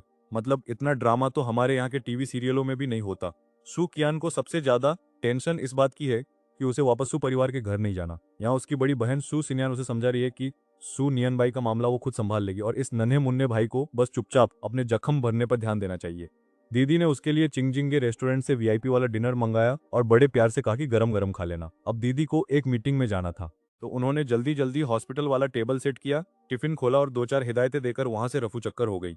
सू कियान ने जब खाने का नाम सुना तो उसकी आंखों में ऐसी चमक आई जैसे किसी भूखे को फ्री की बिरयानी दिख गई हो। लेकिन जैसे ही दीदी ने मीटिंग की बात की, भाई के चेहरे पर एक सेकंड के लिए चिड़चिड़ाहट आई, जिसे उसने ऑस्कर लेवल की एक्टिंग के साथ छुपा लिया। बोला, शुक्रिया दीदी, आप दुनिया में सबसे बेस्ट हो, लेकिन असली ट्विस्ट तो देखो। जैसे ही दीदी कमरे से बाहर निकली, भाई ने चम्मच ऐसे साइड में पटका जैसे उसमें जहर हो, एक निवाला तक नहीं चखा। इसे कहते हैं दोगलापन की पराकाष्ठा। खैर, कहानी आगे बढ़ती है और अगले दिन सुबह के ठीक 6 बजे, जब शरीफ लोग गहरी नींद में खर्राटे मार रहे होते हैं, मेरे सिस्टम देवता को चुल मची और उसने जोरदार घंटी बजाकर मेरी नींद हराम कर दी। नया टास्क आ चुका था और इसे देखते ही मेरी आंखें कंचों की तरह बाहर आ गईं। टास्क क्या था? आज रात की लू फैमिली वाली चैरिटी नीलामी में कम से कम 100 मिलियन यानी 10 करोड़ रुपए फूंकने थे। और भाई ऊपरी लिमिट की तो कोई सीमा ही नहीं है। मतलब सिस्टम आज पूरी तरह से बर्बादी के मूड में है। रिवॉर्ड क्या मिलेगा वो अभी सस्पेंस है। नीलामी का इनविटेशन कार्ड मेरे सिस्टम वाले झोले में पहले से ही आ चुका था। मैंने उसे निकालकर जरा ध्यान से देखा तो नीचे सुनहरे अक्षरों में एड्रेस और टाइम लिखा था। लोकेशन थी जिंगशेंग होटल और टाइम था 4 जुलाई की रात 8 से 10 बजे। अब इस अमीरों वाली पार्टी में कुछ बड़ा धमाका होने वाला है। अब यार मैं सोच रहा हूँ कि क्या मुझे सूट पहनना चाहिए, पर दुख की बात यह है कि इतनी शॉपिंग करने के बाद भी मैंने एक ढंग का सूट नहीं खरीदा। और सूट का तो तुम्हें पता ही है बॉस, बिना फिटिंग के ऐसा लगता है जैसे किसी ने शरीर पर तंबू तान दिया हो। फिटिंग में वक्त लगेगा और मेरे पास वक्त की ही तो कमी है। खैर, वैसे भी आज मेरा ऑफिस में आखिरी दिन होने वाला है, क्योंकि मैंने ठान लिया कि इस 9 से 5 वाली गुलामी को मैं टाटा बाय बाय बोलने वाला हूँ। जब नौकरी छोड़नी है तो अब ये सस्ती और टिकाऊ जीन्स टी शर्ट पहनने का ड्रामा क्यों करना? पिछले 2 दिनों में मैंने जो महंगे कपड़े और सामान बटोरने का कौन किया था, अब वही जलवा दिखाने का टाइम आ गया है। खुद को एक जब मैंने घड़ी देखी तो 7:30 बज रहे थे। मैंने अपनी उस पोर्से काइन की चाबी उठाई, हाँ वही जो तुम जैसे और मेरे जैसे मिडिल क्लास लोगों के सपनों में आती है, और बिजली की रफ्तार से बेसमेंट की तरफ निकल गया। पूरी रफ्तार से गाड़ी भगाते हुए मैं ठीक 8:30 बजे उस डिंगसी बिल्डिंग पहुंच गया। आज तो माहौल ही अलग था भाई। वो सिक्योरिटी गार्ड जो कल तक शकल देखकर मुंह बनाता था, आज ऐसे सलाम ठोक रहा था जैसे मैं उसके ससुर का इकलौता वारिस हूँ। फ्रंट डेस्क वाली मैडम की स्माइल तो इतनी लंबी थी कि लग रहा था होठों से कान छू लेगी। मैंने भी थोड़ा रईस वाला एटीट्यूड दिखाते हुए बस गर्दन हिला दी। जब मैं 20वीं मंजिल पर पहुंचा तो मेरा ये नया अवतार देख कर ली यिंग की तो आंखें फटी की फटी रह गई। वो हैरान होकर बोली, अबे ओए आज कौन सी जड़ी बूटी खाकर आए जो इतना चमक रहा है? अब इन बेचारों को कौन समझाए कि ऑफिस आते ही आम इंसान की आत्मा मर जाती है। पर मेरा तो सीन ही अलग था। मैंने मुस्कुरा कर कहा, कोई दवाई नहीं है मैडम, बस अब इस नौकरी की बैंड बजानी है, मैं रिजाइन कर रहा हूँ। अब मेरे जैसा बंदा जिसके पास पैर की बारिश हो रही हो, वो यहाँ धक्के खाने थोड़े ही ना आएगा। उसे लगा मैं मजाक कर रहा हूँ, पर मैं तो फुल सीरियस था बॉस। मैंने तुरंत अपनी कुर्सी पर तशरीफ रखी, कंप्यूटर ऑन किया और वर्ड डॉक्यूमेंट खोलकर अपना रेजिग्नेशन लेटर टाइप करना शुरू कर दिया।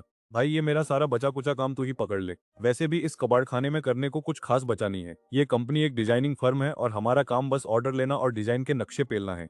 वैसे मेरा असली टैलेंट तो गार्डन डिजाइनिंग में था, लेकिन लीइंग को डर था कि अगर मैंने सीधे उसे सारे प्रोजेक्ट दे दिए तो ऑफिस की चुड़ैलें फालतू की गॉसिप करेंगी। मैंने कहा ठीक है भाई, अगर तुझे इतनी फटने की बीमारी है तो मैं मैनेजर से पूछ लूंगा। ये सब बातें करते करते मैं साइड में चुपके से अपना इस्तीफा टाइप करने लगा। 10 मिनट के अंदर मैंने मैनेजर को अपना रेजिग्नेशन लेटर ईमेल कर दिया और अपनी फाइलों का रायता समेटने लगा। वो काम जो अभी शुरू होने थे, जो आधे लटके थे और जिन्हें क्लाइंट ने रिजेक्ट करके मेरी बेइज्जती की थी, उन सबको मैंने तमीज से अलग अलग फोल्डर में डाल दिया। तभी मुझे मैनेजर के केबिन में बुलावा आया।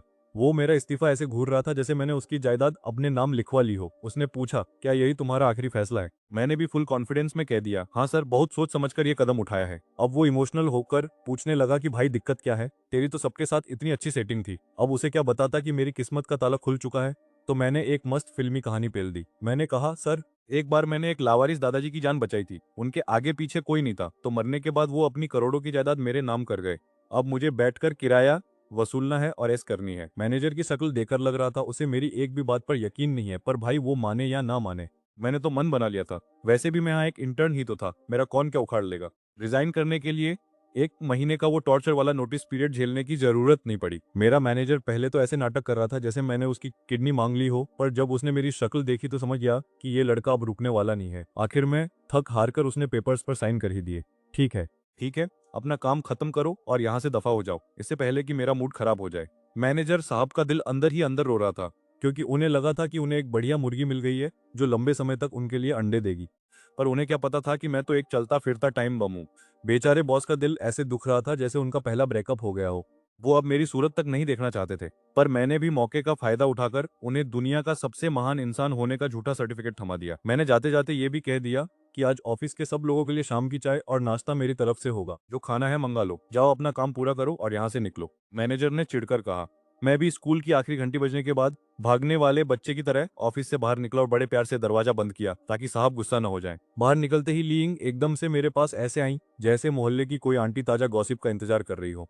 मैंने कहा, अरे चिल मारो, बस अब अकाउंट्स डिपार्टमेंट से अपनी सैलरी लेनी है और मेरा काम खत्म। मैंने उन फाइलों का ढेर निकाला जो अभी भी अधूरी थी और जिन पर मैंने दुनिया भर के स्टिकी नोट्स चिपका रखे थे। मतलब अपना सारा फैलाया हुआ रहता अब दूसरों को समेटना था।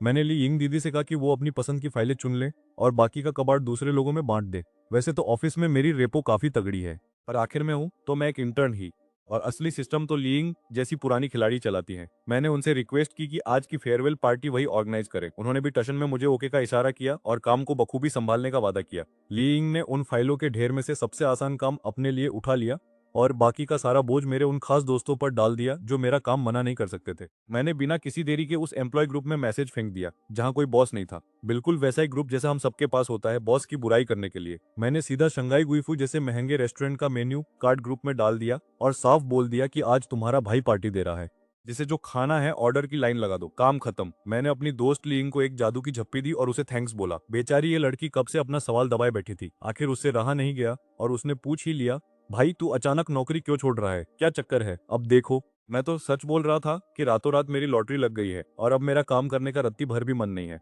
पर भाई कसम से इस दुनिया में सच की कोई वैल्यू ही नहीं है। लीइंग मुझे ऐसे देख रही थी जैसे मैं किसी पागल खाने से ताजा ताजा भाग कर आया हूँ। उसे लग रहा था मैं मजाक कर रहा हूँ। मैंने भी कंधे उचका दिए कि भाई तेरी मर्जी, यकीन कर या ना कर। मैंने अपना फोन निकाला और मेituan ऐप खोलकर सबका ऑर्डर एक करके बुक करना शुरू कर दिया। लीइंग को मेरी फिक्र सता रही थी। वो बोली, तू पागल तो नहीं हो गया? ये सब ऑर्डर करने के चक्कर में तेरी पिछले महीने की पूरी सैलरी उठ जाएगी।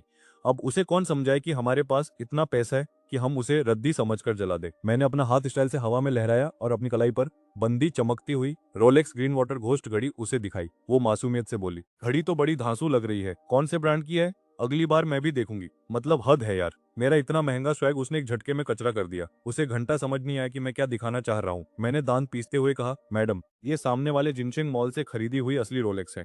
जैसे ही उसने जिनशिंग मॉल का नाम सुना, बेचारी ने जोर से थूक निकला। जिनशिंग मॉल मतलब वो जगह जहां आम इंसान सिर्फ एसी की ठंडी हवा खाने जाता है। कुछ खरीदने की औकात सबकी नहीं होती। अब जाकर उसे एहसास हुआ कि मामला कुछ बड़ा है और उसने मुझे ऊपर से नीचे तक ऐसे घूरना शुरू किया जैसे मैं कोई एलियन हूँ। तो भैया, आज तुम्हारा भाई एकदम रईसजादा अवतार में निकला है। ऊपर एलवी का चमचमाता सूट, पैरों में नाइकी के जूते और कलाई पर वो वाली रोलेक्स जिसे देखकर चोरसू की भी नियत डोल जाए। हाथ में टिफनी का ब्रेसलेट भी चमक रहा है। और हाँ, ली यिंग की तेज नजरों ने वो चीज ताड़ ली जिसे देखकर लड़कियों का बीपी हाई हो जाता है। मेरा असली एरमेस वाला बैग। बेचारी को पहले लगा कि शायद ये किसी सस्ते बाजार की फर्स्ट कॉपी होगी, पर जैसे ही उसे पता चला कि ये 100 टका असली माल है, उसकी तो चीख ही निकल गई। सच कहूं तो मेरे इस एक गेटअप की कीमत में किसी छोटे शहर में अच्छा खासा 2 BHK फ्लैट आ जाए। ली यिंग के तो तोते उड़ गए। मैंने टशन में कहा, क्यों, अब तो यकीन हो गया ना कि रातों रात तुम्हारे इस भाई की किस्मत चमक गई है। वो बेचारी हक्की बक्की होकर बोली, हाँ भाई, अब से तू जो बोलेगा मैं उस पर आंख बंद करके यकीन करूंगी। वैसे ली यिंग की माली हालत पहले मुझसे काफी बेहतर थी, पर उसकी भी इतनी हिम्मत नहीं थी कि एक जोड़ी जूतों पर हजारों लाखों उड़ा दे। उसे लगता है कि इतने पैसे तो अच्छे खाने पीने पर खर्च होने चाहिए। अब उसने मुझसे पूछ लिया, भाई इस्तीफा तो दे दिया, पर आगे का क्या सीन है।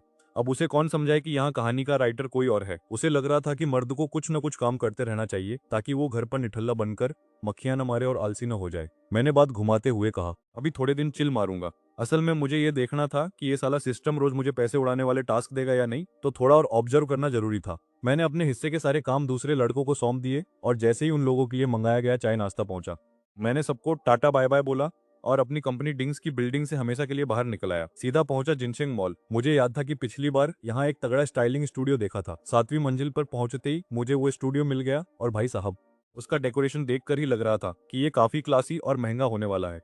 अरे भाई साहब, जैसे ही मैंने अंदर पैर रखा, वहां का तामझाम देखकर मेरी आंखें फटी की फटी रह गई। कसम से क्या जबरदस्त सजावट थी। तभी एक मैडम लपक कर मेरे पास आई और बोली, नमस्ते सर, परफेक्ट स्टाइलिंग स्टूडियो में आपका स्वागत है। बताइए आज आपको कौन सा नया अवतार चाहिए। अब देखो भाई, मैंने जो कपड़े पहने थे उन्हें देखकर कोई भी बता देता कि मैं किसी बहुत बड़े खानदान का रईस शहजादा हूँ। मैंने भी पूरे टशन में कहा, देखो आज रात मुझे एक चैरिटी ऑक्शन में जाना है, तो मुझे ऐसा लुक चाहिए जो सबको हिला कर रख दे। क्या तुम्हारे पास कोई ऐसा स्टाइलिस्ट है जो इस लेवल का काम कर सके। अब ये स्टूडियो शहर के सबसे महंगे मॉल में था, तो जाहिर है इनकी औकात तो होगी ही। वो बोली, जी सर, हमारे पास टोनी वू है, उन्होंने बड़े बड़े रईसों का मेकओवर किया है, पर हाँ, टोनी वू का रेट बाकी स्टाइलिस्ट से थोड़ा ज्यादा है। मैंने उनकी तरफ एक तिरछी नजर घुमाई और बोला, कोई बात नहीं, अगर चीज बढ़िया है तो पैसे की फिक्र मत करो, पर हाँ एक बात कान खोल कर सुन लो, अगर रिजल्ट धांसू नहीं हुआ तो मैं एक पैसा नहीं देने वाला। वो मुस्कुरा कर बोली, सर हम यहाँ अपनी साख के लिए काम करते हैं, चूना लगाने के लिए नहीं। आप बस 2 मिनट बैठिए, मैं अभी टोनी वू को बुलाकर लाती हूँ। मैं जाकर शीशे के सामने वाली कुर्सी पसर गया। भाई साहब, कुर्सी इतनी आरामदायक थी कि मन किया वहीं सो जाऊं। पर तभी वो मैडम वापस आई और उनका चेहरा देखकर ऐसा लग रहा था जैसे उनकी लॉटरी लगते लगते रह गई हो। मुझे थोड़ा थोड़ा अंदाजा तो हो गया था कि अंदर क्या खिचड़ी पक रही है, पर मैंने सोचा जब तक रायता मेरे सामने नहीं फैलता तब तक मैं भी अनजान बना रहता हूँ। वो हकलाते हुए बोली, सर वो असल में टोनी वो अभी किसी और का मेकओवर कर रहे हैं, तो फिलहाल वो फ्री नहीं है। मैंने मन ही मन सोचा, लो भाई, शुरू हो गया इन कहानियों वाला टिपिकल ड्रामा। पर वो कहने लगी कि हमारे स्टाइलिस्ट अपने काम की क्वालिटी से समझौता नहीं करते, और ये कहकर वो आगे का जुगाड़ करने निकल गई। ज्यादा इंतजार नहीं करना पड़ा। वो एक बंदे को लेकर मेरे पास आ गई और बोली, सर ये हमारे स्टोर के एरिक हैं, जो स्टाइलिंग के उस्ताद हैं। खासकर शाम की पार्टी वाले लुक्स में तो इनका कोई जवाब नहीं। एरिक ने मुझे अपना पोर्टफोलियो दिखाया और भाई सच बताऊं तो उसके पास कुछ ऐसे लुक्स थे जिन्हें देखकर मेरी आंखें फटी की फटी रह गईं। मैंने उसे साफ कह दिया, देख भाई, इसे जितना हो सके सिंपल रखना, ज्यादा तामझाम मुझे पसंद नहीं है, वरना सिर पर वो अजीब सा कचरा दिखने लगता है, और अगर जरा भी गलती हुई तो लगेगा जैसे सिर पर सोने का ताज पहनकर घूम रहा हूँ, जो बहुत ही छपरी लगता है। एरिक बोला, समझ गया सर, चलिए पहले बाल धो लेते हैं। वो मुझे हेयर वॉश वाले एरिया में ले गया और मेरी प्राइवेसी का इतना ख्याल रखा कि बकायदा पर्दे खींच दिए जैसे अंदर कोई बहुत बड़ा स्कैम होने वाला हो। भाई इस पूरे हुलिये को बदलने में पूरे 4 घंटे लग गए। सुना है ये लुक सुपरस्टार डैनियल वू के रेड कारपेट वाले लुक की 1 बाय 1 हूबहू नकल है। ये जो सूट और एक्सेसरीज मैंने पहनी थी वो सब इसी स्टूडियो वालों ने दी थी, और ये सब मेरे कुल खर्चे में जोड़ दिया गया। अब क्योंकि ये खर्चा उस नीलामी का हिस्सा नहीं था, तो मुझे अपनी जेब से कार्ड घिसना पड़ा। पर चलो कोई बात नहीं, बैंक में करोड़ों पड़े हैं, तो एक मेकओवर के चक्कर में मैं कंगाल तो नहीं होने वाला। जब मैं उस परफेक्ट स्टाइल स्टूडियो से बाहर निकला तब मुझे अचानक याद आया कि मैं तो खुद गाड़ी चला कर आया था। अब यार, जब बंदा ऐसे सूट बूट में टिप टॉप होकर हाई सोसाइटी की महफिल में जा रहा हो तो खुद स्टीयरिंग पकड़ना थोड़ा डाउन मार्केट लगता है। इसलिए मैंने तुरंत फोन निकाला और ऑनलाइन एक लग्जरी कार ड्राइवर बुक कर लिया। अब मैं उस काले रंग के डैनियल वू स्टाइल वाले सूट में अपनी पॉश केन के पास स्टेशन में खड़ा था, और भाई मॉल के बाहर मैं किसी अजूबे से कम नहीं लग रहा था। लड़कियां तो पागलों की तरह फोन निकाल कर मेरी वीडियो बनाने लगी। मुझे सच में उन लोगों से बड़ी दिक्कत है जो बिना पूछे बस कैमरा तान देते हैं और वीडियो बनाना शुरू कर देते हैं जैसे मैं कोई चिड़ियाघर का जानवर हूँ। आखिर मैनर्स नाम की भी कोई चीज होती है या नहीं। मेरा इन लोगों के साथ कोई पुराना दोस्ताना तो है नहीं, पर यहाँ भीड़ इतनी ज्यादा थी कि मुझे अपना कीमती चेहरा छुपाकर निकलना पड़ा ताकि ये लोग मेरी फोटो न खींच ले। शुक्र है मेरी सवारी जल्दी आ गई। और भाई सरप्राइज, मेरा ड्राइवर कोई खड़ूस अंकल नहीं बल्कि एक लड़की थी। मैंने कहा, हेलो मैडम, गाड़ी का नंबर 546 आप ही हो क्या? ऑर्डर कंफर्म किया, चाबी उसके हाथ में थमाई और मैं पिछवाड़े वाली सीट पर नवाबों की तरह पसर गया। जाना कहाँ था? वही अपना जिंगसिंग होटल। मैडम बोली, सर जरा सीट बेल्ट लगा लो, आजकल ट्रैफिक पुलिस वाले पीछे बैठने वालों को भी नहीं छोड़ते। मैंने भी शरीफ बच्चा बनकर बेल्ट लगा ली। ये जिंगसिंग होटल और जिंगसिंग मॉल बिल्कुल पड़ोसियों की तरह चिपके हुए हैं। शायद लोग ग्रुप वालों ने पूरा मोहल्ला ही खरीद रखा है, तभी तो हर चीज का नाम एक जैसा है। गाड़ी होटल पहुंच गई, पर अभी टाइम काफी बचा था और मुझे बाहर धूप में घूमने का कोई शौक नहीं था, तो मैंने सोचा क्यों न एक रूम बुक करके थोड़ी देर घोड़े बेचकर सोया जाए। रात के 7:50 पर जब मैं नीचे आया तो नीलामी वाली जगह पर मेला लगा हुआ था। अब देखो, दुनिया को दिखाने के लिए मैंने अपने सूट की जेब में हाथ डाला, पर असली माल तो मेरे सिस्टम वाले जादुई बैग में था। मैंने वहां से अपना इनविटेशन कार्ड निकाला और गेट पर खड़े भाई साहब को थमा दिया। कार्ड देखते ही उस गार्ड के चेहरे के भाव ऐसे बदले जैसे किसी ने रिमोट से चैनल बदल दिया हो। पहले जो शक्ल सड़ी हुई थी, अब उस पर बत्ती सी चमक रही थी। वो झुककर बोला, गुड इवनिंग सू साहेब, आइए मैं आपको आपकी सीट तक छोड़ देता हूँ। इसलिए चैरिटी नीलामी में कोई प्राइवेट कैबिन तो थे नहीं, सबको एक ही हॉल में बिठाया गया था। पर हाँ, आगे वाली सीटें पीछे वालों से काफी ज्यादा चौड़ी और आलीशान थी। आखिर पैसे का चक्कर बाबू भैया। वो गार्ड मुझे इज्जत के साथ सबसे आगे वाली लाइन की तरफ ले गया। भाई साहब, ये जगह एकदम सेंटर में तो नहीं थी, पर कसम से एकदम साइड में भी नहीं थी। तभी मेरे अंदर का कीड़ा बोला, मानना पड़ेगा, जब ये सिस्टम अपनी उंगलियां चलाता है ना कुछ गजब ही होता है। पर भाई मेरी तो बोलती बंद हो गई जब मैंने लियू किंग को दोबारा वहां देखा। मतलब इस कहानी के ऑथर को मेरे मजे लेने में बड़ा स्वाद आता है ना। फिर से वही चेहरा। मैंने पीछे मुड़कर अपनी सबसे नकली वाली स्माइल दी और बोला, अरे लियू मैडम, गुड इवनिंग। आज यहाँ कैसे दर्शन दिए? अब मैडम वहाँ अकेली नहीं थी, उनके साथ पूरी एक गैंग चल रही थी, या असल में ये कहना सही होगा कि वो कुछ लोगों के पीछे पीछे आ रही थी। जैसे ही उसने मुझे आवाज दी, वहां मौजूद सबकी गर्दनें एक साथ मेरी तरफ ऐसे घूमी जैसे मैंने उनका उधार खाया हो। तभी उसके बगल में खड़ी एक औरत बोली, ओए छोटी किंग, क्या तू इस लड़के को जानती है? अब ये औरत शक्ल से ही कोई शरीफ इंसान तो बिल्कुल नहीं लग रही थी। इसके चेहरे पर तो बड़े अक्षरों में विलेन लिखा हुआ था। फिर मेरी नजर लियू किंग के उस नीलामी वाले आइटम पर पड़ी। मैं बस टकटकी लगाकर लियू किंग की उस नीलामी वाली चीज को देखने लगा। फिर मैंने लिस्ट को वापस मेज पर रख दिया। जैसे ही रात के 8 बजे होस्ट ने ऐलान कर दिया कि भाई साहब, नीलामी शुरू हो चुकी है, वो स्टेज से नीचे उतरा और ऑक्शन रूम के असली खिलाड़ियों को ऊपर भेज दिया। आज का पहला आइटम था सफेद जेड के गहनों का एक सेट, जिसमें झुमके, कंगन, एक छोटा सा पेंडेंट और बांस की डिजाइन वाली एक हेयर पिन थी। अब देखो, ये सेट किसी मैडम का पुराना इस्तेमाल किया हुआ सामान था, तो मेरा इसे खरीदने का कोई मूड नहीं था। तभी मैंने देखा कि ये लियू क्विंग पता नहीं कब चुपके से मेरी बगल वाली सीट वाले बंदे को हटाकर वहां आकर बैठ गई। मुझे चुपचाप बैठा देख वो फुसफुसाते हुए बोली, क्या तुम्हें ये गहने पसंद आ रहे हैं? अगर कहो तो मैं तुम्हारे लिए इन्हें खरीद लूं। भाई कसम, ये बंदी तो फुल फॉर्म में है और मुझ पर डोरे डालने का कोई मौका नहीं छोड़ रही। पर मैंने भी मन में सोच लिया कि बहन, हम सिर्फ 2 बार मिले हैं, अभी से इतने महंगे गिफ्ट लेकर मैं अपना कैरेक्टर ढीला नहीं करना चाहता। जो चाहिए होगा मैं खुद के पैसों से खरीदूंगा। मेरे मना करने के बाद उसने एक लंबी आह भरी जैसे उसका दिल टूट गया हो। फिर जो हुआ वो तो एकदम सिर के ऊपर से निकल गया। जिस मैडम का वो गहनों का सेट था, उन्होंने खुद ही उसे 12 लाख की भारी भरकम कीमत देकर वापस खरीद लिया। अब ये रईस लोगों का लॉजिक मेरी समझ के बिल्कुल बाहर है, पर चलो, चैरिटी का मामला है तो शायद खुद का माल खुद ही वापस खरीदना इनके लिए कोई बड़ी बात नहीं होगी। आखिरकार पैसा तो नेक काम में ही जा रहा है। इसके तुरंत बाद स्टाफ वाले दूसरा आइटम लेकर आए, जो कि बिना तरासा हुआ जेड का एक बड़ा पत्थर था। ये किसी मर्द के दोनों हाथों के बराबर बड़ा था और पूरा का पूरा लाल रंग में चमक रहा था। दूर से देखने पर ऐसा लग रहा था मानो कोई फिनिक्स पक्षी आग की लपटों से दोबारा जिंदा होकर बाहर निकल रहा हो। मेरी नजरें उस पर ऐसी टिकी कि मैं तो जैसे सम्मोहित ही हो गया। शुरुआत में जब इस पर बोली लगना शुरू हुई, कैटलॉग में जब मैंने इस चीज को देखा था, तभी इसे अपना टारगेट बना लिया था। पर भाई, फोटो और असलियत में वही फर्क होता है जो इंस्टाग्राम फिल्टर और आधार कार्ड की फोटो में होता है। सामने देखने पर यह तो कतई बवाल लग रहा है। ये आग से निकली हुई लाल मणिक यानी रेड जेड स्टोन तो सच में आंखों में चुभने वाली चमक दे रही है। नीलामी करने वाले भाई साहब चिल्लाए, बेस प्राइस 5 लाख, और हर बोली कम से कम 50,000 ऊपर होनी चाहिए। अभी नीलामी शुरू हुई थी कि लोग ऐसे पागलों की तरह बोलियां लगाने लगे जैसे फ्री में बट रहा हो। मुझे तो लगा था मैं अमीर हूँ, पर ये लोग तो पैसे को रद्दी समझ रहे हैं। जब भीड़ थोड़ी छंटने लगी और चिल्लाने वाले कम हुए, तब मैंने अपना हाथ उठाया और सीधा 30 लाख की बोली पेल दी। अभी पिछला बंदा 28 लाख पर ही अटक रहा था और मैंने सीधा 2 लाख का जंप मार दिया। एक बंदे की तो वही हवा निकल गई, पर सामने वाले ने फिर भी हिम्मत जुटाकर 30,10,000 बोले। मैंने अपने होंठ सिकोड़े और मन ही मन कहा, बेट ये चिल्लर अपने पास रख, और सीधा 40 लाख ठोक दिए। ये देखकर लू वानियों की भी भौहें तन गई और वो मुझे ऐसे देखने लगी जैसे मेरा मानसिक संतुलन बिगड़ गया हो, क्योंकि मैं किसी रूल्स को फॉलो नहीं कर रहा था। सामने वाले ने 45 लाख बोले तो मैंने बिना सोचे समझे सीधा 80 लाख का बम फोड़ दिया। इस झटके ने 2 और लोगों को रेस से बाहर कर दिया और अब मैदान में मेरे अलावा सिर्फ 2 और खिलाड़ी बचे थे। जब बोली 1 करोड़ 20 लाख तक पहुंची, तो मैंने बिना एक सेकंड सोचे कंफर्म कर दिया। मेरी टशन ऐसी थी कि सामने वाले को भी समझ आ गया कि अगर उसने 1 रुपया भी ऊपर बोला तो मैं सीधा उसकी पुश्तैनी जायदाद के बराबर की बोली लगा दूंगा। लू वान्यू धीरे से बुदबुदाई, मान गए भाई, तू तो इस नीलामी का सबसे खतरनाक खिलाड़ी निकला। थोड़ा तो सोच समझकर बोली लगाता। 1 करोड़ 20 लाख पर आकर सामने वाले ने घुटने टेक दिए और आगे बोली नहीं लगाई। देखो, ये फिनिक्स जेड मिलना तो बहुत मुश्किल है, और कायदे से देखा जाए तो अगर कोई उस्ताद इसे तरासे तो इसके 100 बेहतरीन पीस बन सकते हैं। लेकिन दिक्कत यह है कि इतनी भारी चुकाने के बाद इसे आगे बेचकर मुनाफा कमाना नामुमकिन जैसा है। पर मेरा प्लान इसे काटकर सीधे गहने बनाने का था। वो बेचारा डरपोक आखिर पीछे हट ही गया, और ये आग उगलने वाला फिनिक्स पत्थर अब मेरे हाथ चुको का था। भाई का मूड अब इतना चमक रहा था कि मानो दिवाली का बोनस मिल गया हो। इसके बाद मैंने हाथ साफ करते हुए एक बैंगनी रंग का ब्रेसलेट और एक पुराना सा फूलदान भी अपनी बास्केट में डाल लिया। मेरे बगल में बैठी लियू किंकिंग की तो आंखें फटी की फटी रह गई थी। उसे लग रहा था कि शायद मैं पैसे छापने की मशीन साथ लेकर आया हूँ। मैंने धीरे से उसे टोकते हुए कहा, सुनो, ये नैन भाई बुलाना बंद करो, मुझे सीधा शाओसु कहो। यार, खुद के जाल में फंसना किसे कहते हैं ये मुझसे सीखो। अपनी पहचान छुपाने के लिए झूठ क्या बोला। अब हर बार जब वो मुझे उस नाम से बुलाती है तो मेरे अंदर ऐसी अजीब सी बेचैनी होती है, जैसे किसी ने पीठ पर लाल मिर्च रगड़ दी हो। लियू बेचारी चुप हो गई कि इस पूरी भीड़ में सिर्फ वही एक पागल है जो ईमानदारी से दोस्ती निभाने आई है। उसने मुझसे फुसफुसाते हुए पूछा, नैन भाई, अभी तो आधी नीलामी भी नहीं हुई और तुमने लगभग 10 करोड़ उड़ा दिए। क्या तुम्हारे घर वाले तुम्हें घर से बाहर नहीं निकाल देंगे? अब उसे क्या पता कि अपनी लाइफ में कोई टोकने वाला है ही नहीं। सारा पैसा अपना है और खर्च करने का स्वैग भी अपना।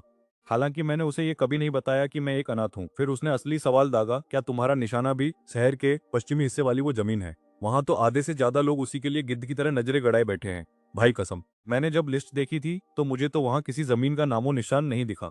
मैंने एकदम भोले चेहरे के साथ पूछा, कौन सी जमीन? क्या यहाँ कोई प्लॉट भी बिक रहा है? मेरी ये बात सुनते ही आसपास के लोगों के चेहरे ऐसे बदले जैसे उन्होंने कोई एलियन देख लिया हो। वो जमीन असल में लू फैमिली के उस रिजॉर्ट के ठीक बगल में है जिसे वो लोग बनाने वाले हैं, और वान्यू दीदी का आज का असली टारगेट वही है। तो भाई, ये जमीन का जो टुकड़ा है ना, अगर तुम इसे इस तरह देखो तो ये सीधा सीधा नोट छापने की मशीन है। मतलब इसे खरीद लिया तो समझो चांदी ही चांदी। सच कहूं तो पहले मेरा इसमें रत्ती भर भी इंटरेस्ट नहीं था, लेकिन लियू किंग ने जब अपनी ज्ञान की गंगा बहाई तो मेरा भी मीटर घूम गया और मुझे भी चुल मचने लगी। पास में बैठी लू वान्यून हमारी ये खिचड़ी पकते हुए शांति से सुन रही थी। आखिर में उससे रहा नहीं गया और वो बोली, अरे भाई, तुम दोनों मेरी ही जमीन को हड़पने की प्लानिंग कर रहे हो, और वो भी मेरे मुंह के सामने। कुछ तो शर्म करो। अब उसे कौन समझाए कि ये जमीन सिर्फ फायदे का सौदा नहीं है, बल्कि ये तो वो खजाना है जो खानदान की किस्मत बदल दे। अगर मेरे पास पैसों की तंगी होती तो शायद मैं पीछे हट जाता, पर भाई का हाथ अभी गर्म है। लियू किंग बेचारी अभी भी कॉलेज के धक्के खा रही है। महीने के पॉकेट मनी के नाम पर उसे मुश्किल से 20 मिलियन ही मिलते होंगे। अब 20 मिलियन में तो आजकल लोग ढंग का घर नहीं लेते। ये मैडम जमीन खरीदने चली है। क्या जोक मारा है? तुम कंगाल हो तो क्या हुआ?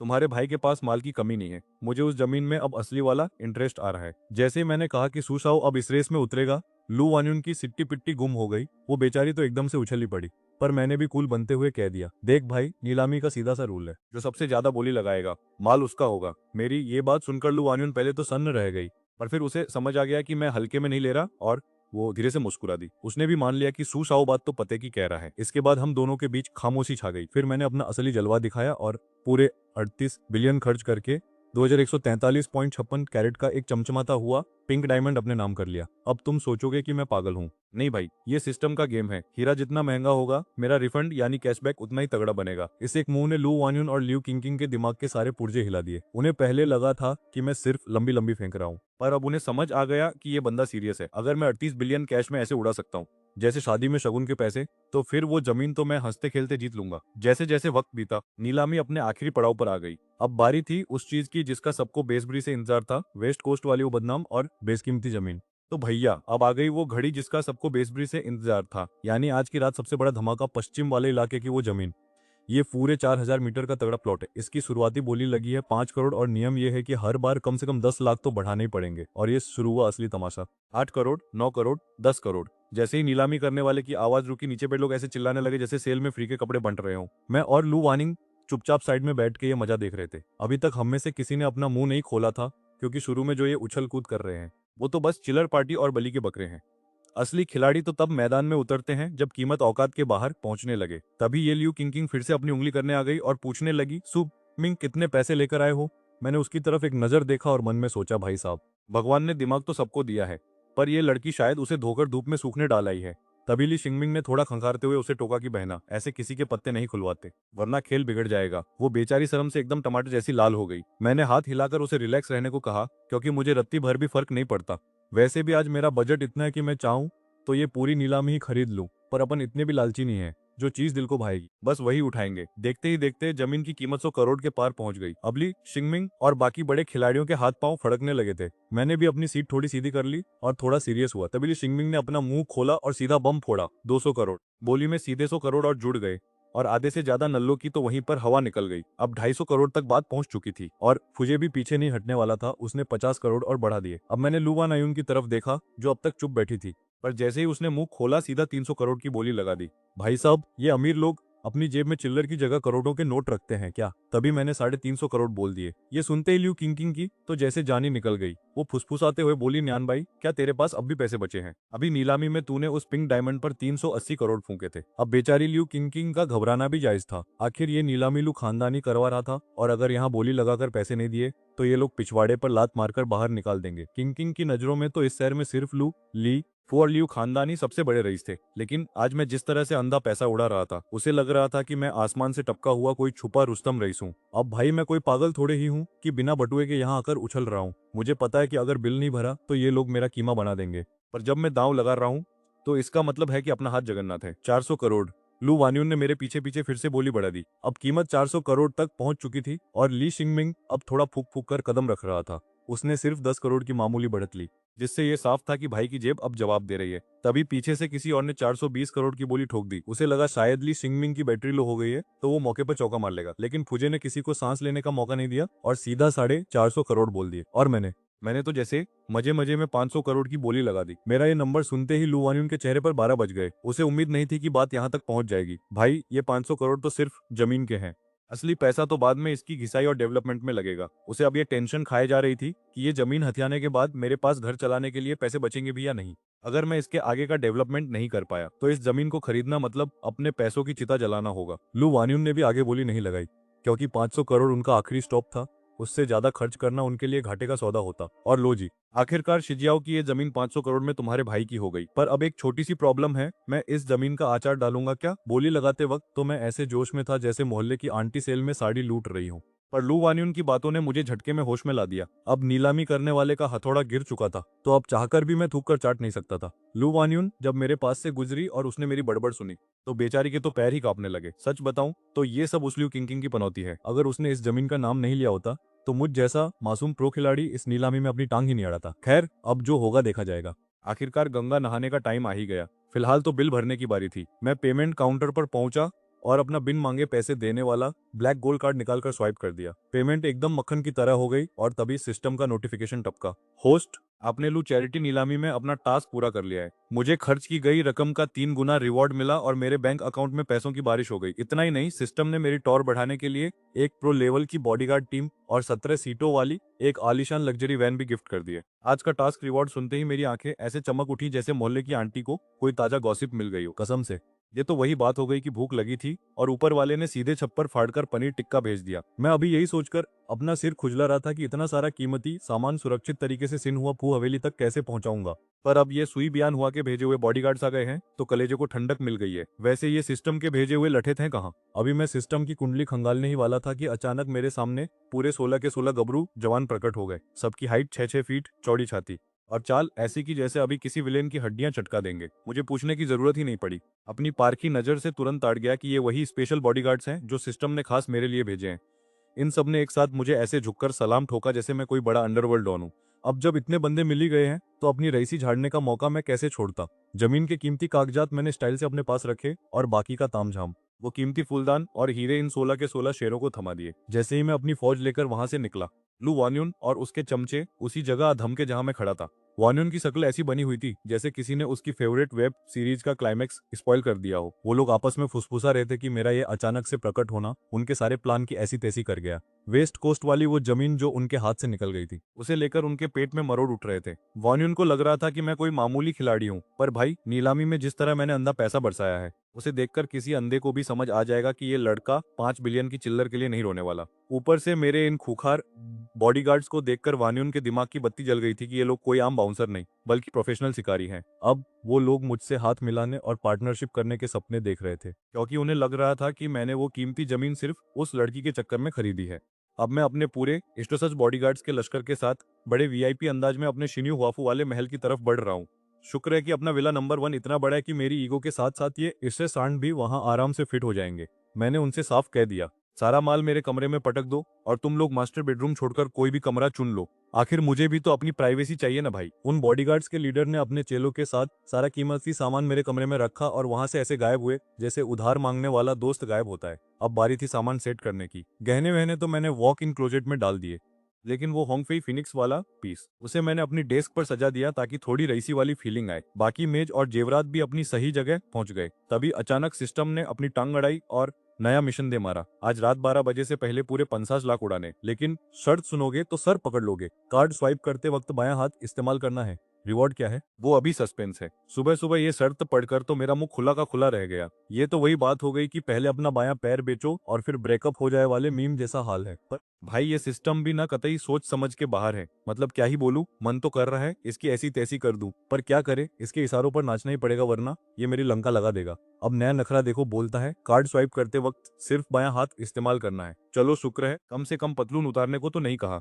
वरना लेने के देने पड़ जाते। खैर मैंने तसल्ली से नाश्ता पेला और अपनी चमचमाती गाड़ी लेकर पुराने वाले पिंजरे, मेरा मतलब है किराए के घर की तरफ निकल पड़ा। हालांकि मैं अब आलीशान शिन्नू विला में शिफ्ट हो चुका हूँ, पर उस पुराने खंडहर में अभी भी मेरा काफी कबाड़ पड़ा हुआ था। अब फुल बॉस वाली फील आ रही है क्योंकि नौकरी को लात मार चुका हूँ और साथ में 16 हट्टे कट्टे बॉडीगार्ड्स की पूरी फौज लेकर घूम रहा हूँ। मैंने सोचा जल्दी से बोरिया बिस्तर समेटूं और उस बेचारी मकान मालकिन दादी को कमरा खाली करके दे दूं ताकि वो किसी और नए मुर्गे को फंसा सके। ये 16 के 16 सांड मेरे पीछे पीछे ऊपर चढ़ने की कोशिश कर रहे थे, पर मैंने उन्हें वहीं टोक दिया। भाई 1 BHK का छोटा सा माचिस जैसा कमरा है, इसमें अगर 16 खली जैसे लोग घुस गए तो दीवारें भी चिल्लाने लगेंगी कि भाई बस कर जान लेगा क्या।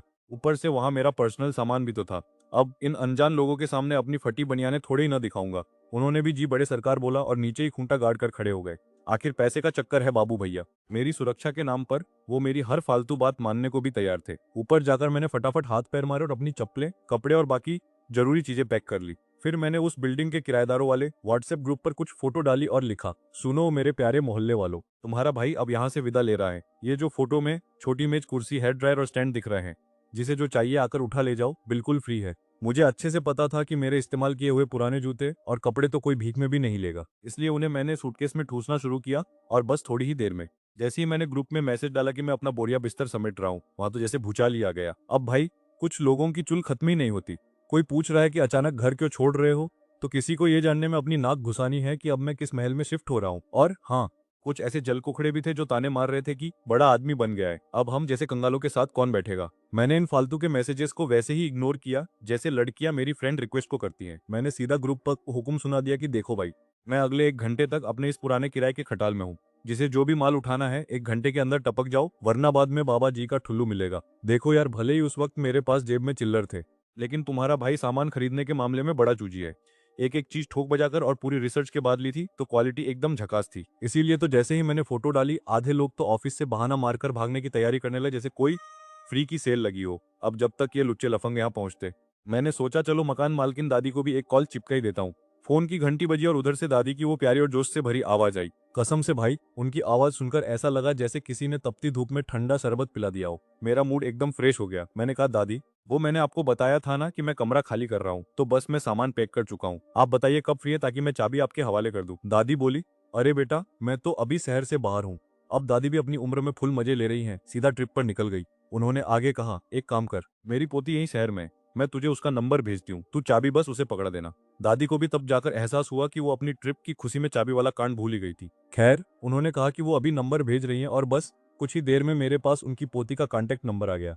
मकान मालिक आंटी ने अपनी पोती का नंबर भेजा और मैंने भी बिना ज्यादा नखरे दिखाए उन्हें एक ओके वाला इमोजी पेल दिया। मैंने सीधा नंबर मिलाया, लेकिन पहली बार में तो सामने वाले ने कॉल काट दिया। अब भाई, अनजान नंबर देकर भाव खाना तो आजकल की लड़कियों का पुश्तैनी अधिकार है, तो मुझे ज्यादा बुरा नहीं लगा। मैंने अपनी धड़कनों को थोड़ा कंट्रोल किया और फिर से डायल घुमाया। शुक्र है इस बार किस्मत चमक गई और कॉल उठ गया। मैंने मौका देखते ही अपना रटा रटाया भाषण शुरू कर दिया कि हेलो मैडम, मैं फेंग शुई मैडम का किराएदार बोल रहा हूँ। अब मेरा यहाँ से बोरिया बिस्तर समेटने का वक्त आ गया है, तो चाबी का क्या करना है? कुरियर कर दूं या साक्षात दर्शन देकर आपके हाथ में थमाऊं? मैंने सोचा कहीं फिर से कॉल न कट जाए, इसलिए एक ही सांस में सब उगल दिया। उधर से थोड़ी देर सन्नाटा रहा, जैसे सामने वाली को मिर्गी का दौरा पड़ गया हो। फिर एक आवाज आई, सुसाओ, मैं लू वान्युन बोल रही हूँ। अबे ये क्या बकवास है? लू वान्युन, वही नीलामी वाली मैडम। तभी कहूँ, ये आवाज इतनी सुनी सुनी और जानी पहचानी क्यों लग रही है? मैंने भी टशन में कहा, अरे लू मैडम, आप क्या बात है तो बताइए, चाबी कुरियर करनी है या मिलकर देनी है? अब लू मैडम इतनी आसानी से पीछा छोड़ने वाली कहाँ थी। उन्हें तो मेरी उस कीमती जमीन के टुकड़े में दिलचस्पी थी। उन्होंने कहा कि उन्हें मुझसे कुछ जरूरी बात करनी है तो मिलना ही ठीक रहेगा। मैंने भी सोचा कि अभी मेरे पास टाइम ही टाइम है तो मना क्यों करूं। शाम के 3 बजे स्यू कैफे का प्लान फिक्स हो गया।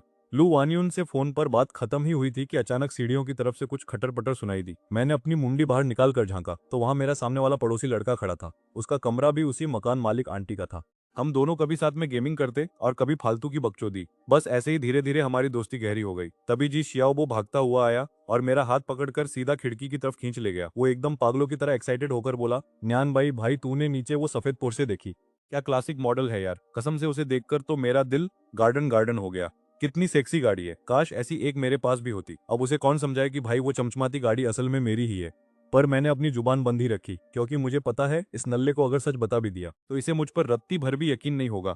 मैंने बस कूल बनते हुए उसे ज्ञान पेला, देख भाई दूसरों की तरक्की देखकर जलने से अच्छा है कि तू दबाकर पैसा कमा, ताकि एक दिन तू भी ऐसी गाड़ी खरीद सके। दूसरों की चीजें देखकर आए भरने में वो मजा कहाँ जो अपनी चीज इस्तेमाल करने में है। मेरी बातें सुनकर वो थोड़ा इमोशनल हो गया और बोला, भाई कहना आसान है पर इस शहर में घर लेना कोई बच्चों का खेल है क्या? मेरी पहली प्रायोरिटी तो एक घर खरीदना है और यहाँ के रेट्स देखकर तो अच्छे अच्छों की फट जाती है। मैंने उसकी फालतू की टेंशन को हवा में उड़ाया और बड़े दिलवाले बनते हुए कहा, अबे इतना मत सोच, तू यहाँ सबसे पहले पहुंचा है इसलिए तेरे लिए एक ऑफर है। इस कमरे में मकान मालकिन दादी के फर्नीचर और इलेक्ट्रॉनिक सामान को छोड़कर तुझे जो भी पसंद आ रहा है चुपचाप उठा ले। सब तेरा हुआ। वो तो एकदम सदमे में आ गया और बोला, भाई तू होश में तो है ना? मुझे अच्छे से याद है कि तूने ये एक एक सामान कितनी मेहनत से और चुन चुन कर खरीदा था। इनमें से तो कई चीजें ऐसी हैं जिन्हें देखकर मेरा पहले ही मन ललचा रहा था। पर तू ये सब छोड़ क्यों रहा है? क्या तू बहुत दूर शिफ्ट हो रहा है जो सारा सामान यहीं त्याग रहा है? जिस श्याओबो को लग रहा था कि शायद जॉब के चक्कर में मैं कहीं और रेंट पर जा रहा हूँ और बिना सामान के मूव करना उसे काफी अजीब लग रहा था। मैंने हंसते हुए कहा, हाँ भाई मेरा नया ठिकाना यहाँ से काफी दूर है और ये सब पुराना कबाड़ ढोने की मेहनत कौन करेगा? मैंने सबके ऑनलाइन लिंक सेव कर रखे हैं। नए घर में सब ब्रांड न्यू लेंगे। तू बस जल्दी से अपनी पसंद की चीजें छांट ले इससे पहले कि मेरा मूड बदल जाए। देखा जाए तो शिन्यू हुआफू वाकई यहाँ से काफी दूर था। मेरा ऑफर सुनते ही वो फौरन काम पर लग गया और बोला, ठीक है भाई, तो फिर ये वाला बीन बैग मेरा हुआ। इस पर लेटकर चिल करने का मेरा बड़ा मन था। और हाँ, वो शानदार डिनर सेट भी मैं ही ले जाऊंगा। साला जब मैं उसे खरीदने दुकान पर गया था तब वो आउट ऑफ स्टॉक हो गया था। इसे भी मेरी लिस्ट में डाल दे। जिस साओबो घर में सामान बटोरने में ऐसे लगा था जैसे सेल का आखिरी दिन हो। भाई ने हाथ में सामान का पूरा पहाड़ खड़ा कर लिया था। सबसे पहले उसकी नजर मेरे उस आलसी सोफे यानी बीन बैग पर पड़ी जिस पर वो अपना कब्जा जमा चुका था। अभी हम सामान लेकर घर से बाहर कदम रख ही रहे थे कि अचानक एक ऐसी चुभने वाली आवाज आई कि मेरा मन किया अपने कान काट के फेंक दूं। ये आवाज जियांग किंग की थी। भाई को नवाबजादा बनने का बड़ा शौक है। हम दोनों अक्सर घास नहीं डालते थे। उसने कोई रिप्लाई नहीं दिया था और ग्रुप चैट में भी उसने कोई रिप्लाई नहीं होगी। पर यह नमूना तो दूसरे नंबर पर ही टपक गया और अब जी साओबो से उस सोफे के लिए लड़ने लगा। कसम से दिमाग का दही हो गया। पर अब जब मैं यहाँ से जा ही रहा था तो मैंने सोचा कि जाते जाते साओबो के लिए पंगे क्यों छोड़कर जाऊं। इसलिए मैंने सारा मामला अपने सिर ले लिया। जियांग किंग कहने लगा कि उसे बाकी चीजें कचरा लग रही हैं और उसे सिर्फ वही सोफा चाहिए। अब सच बताऊं तो उसे कचरा इसलिए लग रहा था क्योंकि वो सोफा मेरे पूरे सामान में सबसे कीमती रिव्यू देखे थे। उतना लोग पहले मैंने जितने वीडियो और रिव्यू देखे थे उतना तो लोग शादी से पहले लड़के लड़की को नहीं देखते।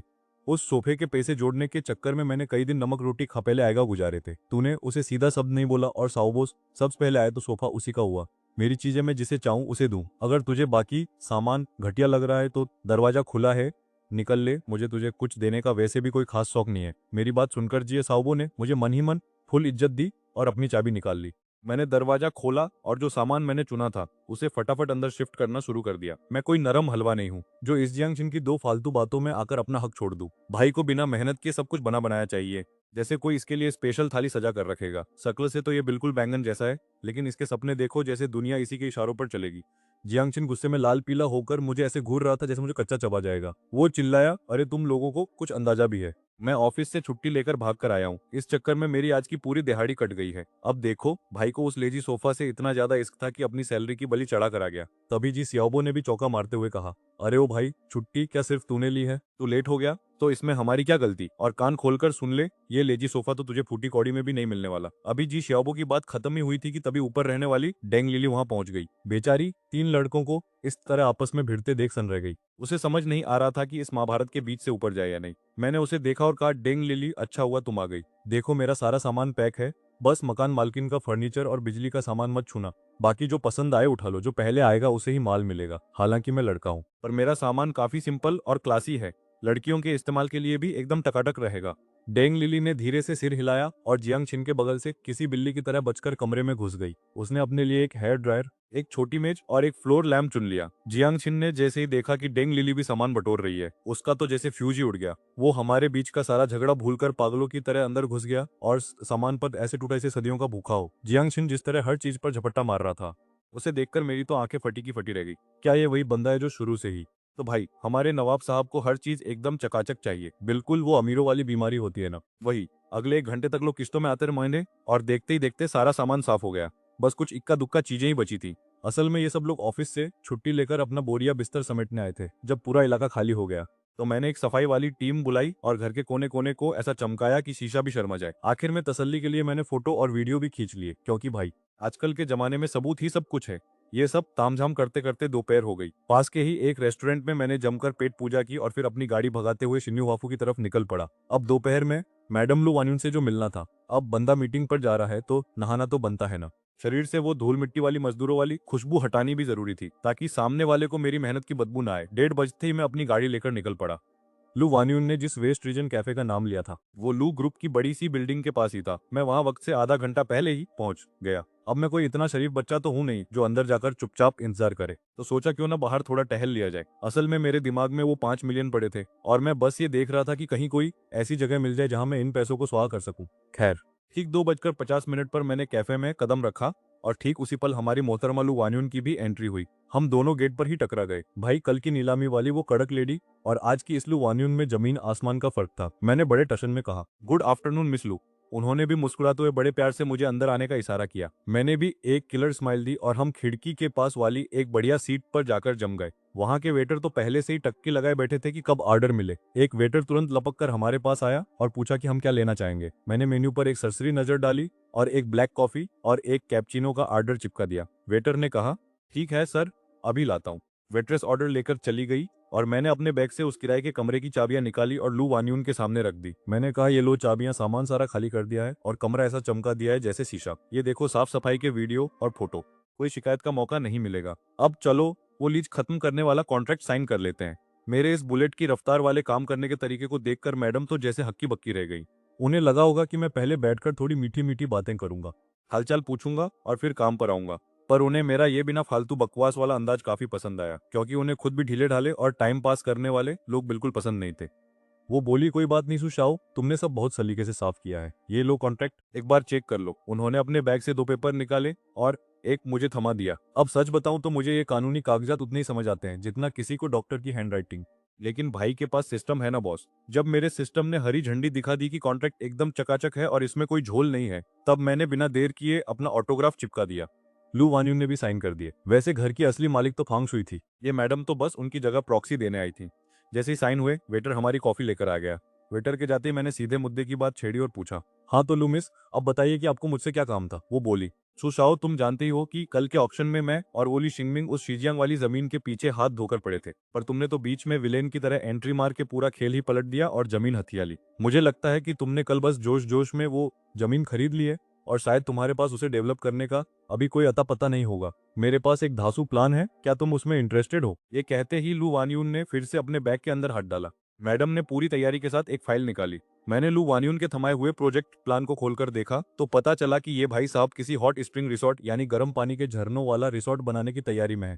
कल जिस जमीन पर मैंने अपना झंडा गाड़ा था, वो इस पूरे नक्शे में बिल्कुल वैसी फिट हो रही थी जैसे बिरयानी में लेग पीस। मतलब मेरी उस जमीन के बिना इनका ये आलीशान गोल घेरे वाला आलीशान रिसोर्ट अधूरा ही रह जाता। लोकेशन तो भाई एकदम कड़क थी, पर मेरा छोटा सा दिमाग ये नहीं समझ पा रहा था कि लू खानदान जैसा इतना बड़ा ग्रुप, जो खुद को शहर का सबसे बड़ा खिलाड़ी समझता है, वो प्रोजेक्ट की जमीन का एक टुकड़ा कैसे भूल गया। क्या इनके पास ढंग का वकील नहीं था या इनका आर्किटेक्ट नशे में था? वैसे लू वान्यून मन ही मन मुझे गालियां दे रही होगी। बेचारी ने सोचा था कि नीलामी तो बस दुनिया को दिखाने के लिए है, ताकि प्रोजेक्ट की थोड़ी फ्री में पब्लिसिटी हो जाए। उसे लगा था कि लू खानदान के नाम सबकी हवा निकल जाएगी और कोई बीच में नहीं बोलेगा। पर उसे क्या पता था कि मार्केट में मुझ जैसा एक टाइगर घूम रहा है जिसने बीच में घुसकर उनका पूरा रायता फैला दिया। अब उसकी बातों से साफ साफ खुशबू आ रही थी। 30% ताने, 30% दांत पीसने वाला गुस्सा और 40% अब क्या ही कर सकते वाली लाचारी। मैंने भी अपनी नाक खुजलाई। आखिर थोड़ा शरीफ दिखने की एक्टिंग तो बनती है ना बॉस। मैंने कहा कि देखो यार, मैंने इतना गहराई से नहीं सोचा था, पर चलो अगली बार जब नीलामी होगी तो मैं तुम्हारे बीच में टांग नहीं अड़ाऊंगा। अब भाई अगली बार का तो मुझे भी नहीं पता, बस बोल दिया उसे थोड़ा ठंडा करने के लिए। पर मैडम तो बिजनेस मोड में थी, उन्होंने बात को वापस पटरी पर लाते हुए शीजियांग हॉट स्प्रिंग रिसोर्ट की रट लगाई। मैंने साफ कह दिया कि देखो भाई, पार्टनरशिप में मुझे कोई दिक्कत नहीं है, बस ये बता दो कि मुझे करना क्या है। जमीन तो मैंने बस ऐसे ही ले ली थी, अगर तुम नहीं आती तो शायद मैं इसे किसी और को महंगे में चिपका देता, पर तुम्हारे साथ धंधा करने में फायदा लग रहा है। मुझे बस इतना चाहिए कि मैं आराम से घर पर लेटे लेटे नोट छापूं और मेरा बैंक बैलेंस रॉकेट की तरह ऊपर जाए। उसने तुरंत एक और फाइल आगे कर दी। भाई साहब, ये बंदी तो मुझसे भी ज्यादा तेज निकली। मैंने प्रोजेक्ट की फाइल साइड में रखी और नया कॉन्ट्रैक्ट हाथ में लिया, और मानना पड़ेगा। तो भाई देखो, लू वान्यून 25 की उम्र में ही लू ग्रुप की प्रेसिडेंट बनकर बैठी है, तो उसकी काबिलियत पर शक करना मतलब अपने पैरों पर कुल्हाड़ी मारना है। मैडम में दिमाग तो कूट कूट कर भरा है, लेकिन जैसे ही मैंने वॉइस कॉन्ट्रैक्ट की फाइल पर नजर डाली, मेरा माथा ठनक गया। भाई, इसमें तो मेरी कोई इज्जत ही नहीं है। मेरी जमीन पूरे प्रोजेक्ट का 10% हिस्सा है, लेकिन ये लोग मुझे मोने सिर्फ 5% की मूंगफली थमा रहे हैं। ऊपर से जमीन के डेवलपमेंट का सारा कंट्रोल भी इन लोगों ने अपने पास रखा है। मतलब मेरी जमीन और हुकूमत इनकी। भाई, ये तो सरासर नाइंसाफी है। सच कहूं तो मुझे लग रहा है कि लू वान्यून मुझे कोई भोला भाला बकरा समझ रही है, जिसे हलाल करना बहुत आसान है। मैंने साफ कह दिया, देखो मैडम, मुझे ये डेवलपमेंट का तामझाम समझ नहीं आता। कहीं तुम लोग मुझे चूना लगा दो और मुझे पता भी ना चले। उससे अच्छा ये है कि मैं अपनी जमीन तुम्हें किराए पर दे देता हूँ, तुम अपना रिजॉर्ट बनाओ, जो करना है करो। बस हर 3 महीने में चुपचाप मेरे बैंक अकाउंट में किराया ट्रांसफर कर देना। मुझे यकीन है कि इतने बड़े लू ग्रुप की हालत इतनी भी खस्ता नहीं होगी कि वो थोड़ा सा किराया न दे सके। अब इतनी भी गरीबी नहीं आई होगी, है ना। देखो भाई, पार्टनरशिप सुनने में तो कूल लगती है, लेकिन जब तक रिजॉर्ट से नोट नहीं बरसेंगे तब तक मैं क्या अपनी उंगलियां चबाऊंगा। किराया तो भाई एग्रीमेंट साइन होते ही पक्का है, पैसा कम हो या ज्यादा, मुझे बस एक फिक्स इनकम चाहिए। मेरी ये बात सुनकर तो लू वान्यून के फ्यूज ही उड़ गए। उसने सपने में भी नहीं सोचा था कि कोई ऐसा ऑफर देगा। अक्सर जो लोग इनके साथ हाथ मिलाते हैं उनके पास खुद का प्रोजेक्ट चलाने के पैसे नहीं होते, इसलिए वो पार्टनरशिप के लिए गिड़गिड़ाते हैं। उसने कहा, सुशाओ, तुम्हारा ये आइडिया तो काफी नया और अजीब है, लेकिन मैं अकेली ये फैसला नहीं ले सकती। मुझे कंपनी के बाकी बोर्ड मेंबर्स के साथ इस पर चर्चा करनी होगी, उसके बाद ही मैं तुम्हें कोई जवाब दे पाऊंगी। अरे भाई, मुझे कोई जल्दी नहीं है और नहीं मेरे पास पैसों की कोई कमी है। ये प्रोजेक्ट कब शुरू होता है और कब नहीं, इससे मुझे घंटा फर्क नहीं पड़ता।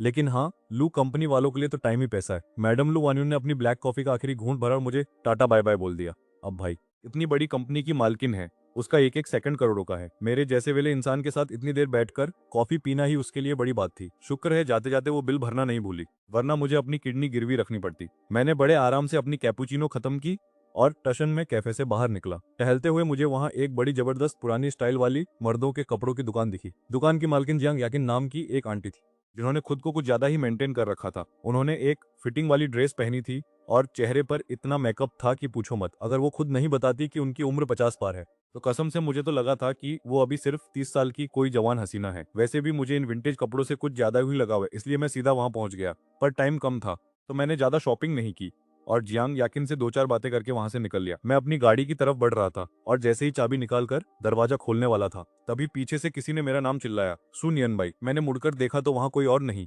बल्कि अपना पुराना सिरदर्द शु शिनियन खड़ा था। आते ही उसका ज्ञान शुरू हो गया। ओए, तू यहाँ क्या कर रहा है? तुझे पता भी है ये कौन सी जगह है? ये लू ग्रुप का इलाका है भाई। यहाँ तेरे जैसे लोगों का कोई काम नहीं है। यहाँ सिर्फ वो लोग दिखते हैं जो दिन रात काम में घिस रहे होते हैं। अब मैं उसे ये तो नहीं बता सकता था कि भाई, मैं अभी अभी इसी कंपनी की असली मालकिन के साथ डेट जैसी कॉफी पीकर आ रहा हूँ। शु शिनियन के चेहरे के एक्सप्रेशन देखकर साफ लग रहा था कि वो मुझे कुछ ज्यादा ही नीचा दिखाने की कोशिश कर रहा है। लोग तो यही समझेंगे कि मैं सिर्फ लंबी लंबी फेंक रहा हूँ। खैर, कल अपना ये चमन चूना यानी कि चियान अस्पताल से डिस्चार्ज हो रहा है और परसों दादाजी का 80वां जन्मदिन है। मेरी प्यारी दीदी ने आकर फरमान सुना दिया कि चलो मेरे साथ, मैं तुम्हारे लिए बढ़िया सा सूट वूट सिलवा देती हूँ ताकि तुम पार्टी में शिरकत कर सको। मैंने भी साफ मना कर दिया, भाई मुझे खुद चलकर बेइज्जती करवाने का कोई शौक नहीं है। मुझे अच्छे से पता है कि ये लोग क्या खिचड़ी पका रहे हैं। दादाजी की पार्टी में ये मुझे अपना गोद लिया हुआ बेटा घोषित करने वाले हैं ताकि इनकी इज्जत भी बच जाए और मेरा पत्ता भी कट जाए। मतलब हद है यार, मानहुआ के राइटर भी क्या क्या लॉजिक लगाते हैं। ये लोग खुद को क्या समझते हैं, चमचमाता हुआ नोट? अगर मेरे पास ये सिस्टम और अंधा पैसा नहीं भी होता, तब भी मुझे इस शू फैमिली के नाम की रत्ती भर भी परवाह नहीं होती। अब दीदी का इमोशनल अत्याचार शुरू हो गया कि तुम मम्मी पापा के सगे बेटे हो, तुम्हें तो आना ही पड़ेगा। मैंने भी सोचा चलो आज इनका मीटर ही डाउन कर देता हूँ। मैंने पूछा, जब से तुम लोगों ने मुझे ढूंढा है क्या एक धेला भी दिया है? कभी गलती से भी पूछा कि मैं जी रहा हूँ या बस कट रहा है? उस लाडले चियान की महीने की पॉकेट मनी कितनी है और मुझे अब तक क्या मिला? उसे हर साल जन्मदिन पर क्या क्या महंगे गिफ्ट मिलते हैं और मुझे क्या मिला? ये सब असल में मेरा हक था और मैं उससे कुछ वापस नहीं मांग रहा। यही मेरी शराफत है। अगर खून का रिश्ता है बॉस, तो तराजू के दोनों पल्ले बराबर होने चाहिए ना। सुना है उस लाडले को महीने का 10 लाख मिलता है। मैं अभी 21 साल का हूँ, यानी पूरे 252 महीने। हिसाब लगाओ तो टोटल 25 करोड़ 20 लाख बनते हैं। तो मेरी सगी दीदी और प्यारे मम्मी पापा, क्या आप मेरा ये पिछला बकाया क्लियर करने का कष्ट करेंगे? मैंने ये जो पूरा हिसाब किताब समझाया है। लेकिन भाई, इतना सारा कैश एकदम से निकालना इन रईसों के लिए भी टेढ़ी खीर है। आखिर सारा माल तो कंपनी के बैंक अकाउंट्स में लॉक है, इनके खुद के पर्सनल अकाउंट में तो बस चिल्लर ही पड़े हैं। अब हर कोई मेरी तरह लकी थोड़ी है जिसके पीछे एक पत्थर दिल वाला सिस्टम बैठा हो, जो बस अंधा पैसा बरसाता रहता है। खैर, मैंने इन लोगों को 100 बार समझा दिया है कि मुझे उस घटियासु परिवार में वापस नहीं जाना। अगली बार अगर रास्ते में टकरा भी जाओ तो ऐसे मुंह फेर लेना जैसे हम एक दूसरे के लिए अनजान हैं। और भाई, ये जो नमक हराम और एहसान फरामोश वाला ड्रामा करते हो ना, वो बंद करो। तुमने मुझे पाला पोसा कब था, जो अब मुफ्त की रोटियां तोड़ने का ताना दे रहे हो? मैं सुसिंग यान को वहीं धूल चटाते हुए अपनी शानदार पोर्श काइन की फ्रंट सीट पर जा बैठा और एक्सेलरेटर दबाते ही हवा से बातें करने लगा। मेरे पीछे पीछे मेरी बाउंसरों वाली गाड़ियां भी बिल्कुल ऐसे चिपक कर चल रही थी जैसे फेविकोल का जोड़ हो। सु सिंह यान तो वहीं खड़ा अपना सिर खुजला रहा था कि इस कल के भिखारी के पास पोर्श खरीदने का पैसा कहां से आ गया। पर अभी उसका दिमाग और चकराने वाला था, क्योंकि तभी उसके फोन की घंटी बजी और सूची यान की वो चिड़चिड़ी आवाज उसके कानों में गूंजने लगी। बेचारा सिंह यान, पहली बार उसे अपनी लाडली बहन की आवाज सुनकर ऐसी फीलिंग आ रही थी जैसे किसी ने कान में गर्म तेल डाल दिया हो। अब वहां क्या महाभारत चल रही है? उससे मुझे क्या, मेरा तो मेन गोल है पैसा उड़ाना। तो मैं अपनी चमचमाती गाड़ी लेकर पहुंच गया शहर की उस मशहूर पुरानी गली में जहां एंटीक चीजें मिलती हैं। अब ये पुरानी चीजें आगे जाकर करोड़ों की होंगी या कबाड़ बनेंगी, मुझे उससे मतलब नहीं है। मेरा पहला मकसद तो बस इस बेहिसाब पैसे को ठिकाने लगाना है। मैंने पार्किंग में गाड़ी लगाई और अपने 16 बॉडीगार्ड्स की फौज लेकर जब गली में कदम रखा तो माहौल एकदम भौकाल वाला हो गया। सड़क किनारे बैठे छोटे दुकानदार ग्राहकों को फंसाने के लिए जोर जोर से चिल्ला रहे थे, पर मेरी नजरें तो बड़ी दुकान पर थीं। काफी देर तक यहाँ वहां भटकने और दुकानों की कुंडली खंगालने के बाद मेरी नजर पड़ी जू बाऊ झाईसाम की दुकान पर। नाम सुनकर ही लगा कि यहाँ किस्मत चमकने वाली है। दुकान के अंदर सन्नाटा पसरा था और काउंटर पर एक बूढ़े दादाजी बड़े प्यार से अपनी किसी पुरानी चीज को ऐसे चमका रहे थे जैसे वो उनका इकलौता वारिस हो। मुझे अंदर आता देख उन्होंने भाव तक नहीं दिया, जैसे मैं कोई अदृश्य आत्मा हूँ। पर दुकान का ठाट बाट देखकर लगा कि यहाँ माल असली मिलेगा। मैंने भी बिना टाइम वेस्ट के सीधा मुद्दे की बात की। ओ दादाजी, मुझे एक कड़क वाला जीशा टी शर्ट चाहिए। मेरे हुआफू नंबर 1 वाले विला के टी रूम के लिए एकदम फिट बैठना चाहिए। अफसोस मेरे पास कोई चाय का सेट नहीं था, क्योंकि मैं वैसे भी चाय वाय ज्यादा पीता नहीं हूँ और कभी जरूरत भी नहीं पड़ी। पर आज के इस पैसे उड़ाने वाले टास्क ने मुझे याद दिला दिया कि मेरे चाय के कमरे में बर्तनों का अकाल पड़ा है। इसलिए मैं यहाँ चला आया। मेरी बात सुनकर वो बूढ़े बाबा, जो अपनी दुकान चमकाने में लगे थे, उन्होंने काम रोका और बड़े प्यार से सामान काउंटर पर रख दिया। बोले, बेटा, चाय के बारे में कुछ जानते भी हो या बस मुंह उठा के आ गए? बाबा थोड़े ठंडे मिजाज के थे पर फिर भी जवाब सीधे दे रहे थे। मैंने साफ कह दिया, देखो बाबा, मैं आपसे झूठ नहीं बोलूंगा। मुझे चाय की रत्ती भर समझनी है। बस मेरे चाय वाले कमरे में एक सेट की कमी है और मेरे पास इतना पैसा है कि मुझे समझ नहीं आ रहा कहाँ फेंकूं। मुझे बस खर्चा करना है, चाय से मेरा क्या लेना देना। बाबा कहने लगे, जब कुछ पता ही नहीं तो ये कीमती पर्पल क्ले वाले बर्तन लेकर क्या करोगे? बाहर से कोई भी सस्ता मॉडर्न सिरेमिक सेट ले लो। मैंने तुरंत अपनी सतर्क वाली आंखें निकाली, क्योंकि मुझे लगा कि कहीं ये खूसट बुड्ढा मेरा काट तो नहीं रहा। पर वो बोले, शांत हो जाओ लड़के, मैं तुम्हें कोई मौत का खेल खेलने के लिए नहीं कह रहा। बस यहाँ बैठो और देखो मैं चाय कैसे बनाता हूँ। अगर तुमने एक अच्छी चाय की प्याली बना ली तो समझो टेस्ट पास। वो मुझे दुकान के अंदर ले गए जहाँ एक मस्त टिश्यू वाला टीपेट रखा था। भाई, उसे देखते ही मेरा दिल आ गया। इतना क्यूट था कि क्या बताऊं। मैंने बाबा से कह दिया कि अगर मैं टेस्ट पास कर गया तो टी सेट के साथ साथ मुझे ये खिलौना भी चाहिए। अब जब सब ले ही रहा हूं तो खाली समय में चाय बनाना भी सीख ही लूंगा और इन बर्तनों की देखभाल भी करूंगा। बाबा बोले, ठीक है, मेरे पास एक छोटी सोने की पिग्गी भी है। अगर तुम टेस्ट पास कर गए तो वो मैं तुम्हें तोहफे में दूंगा। कहा, डन है बाबा, बात पक्की। और बस अगले ही पल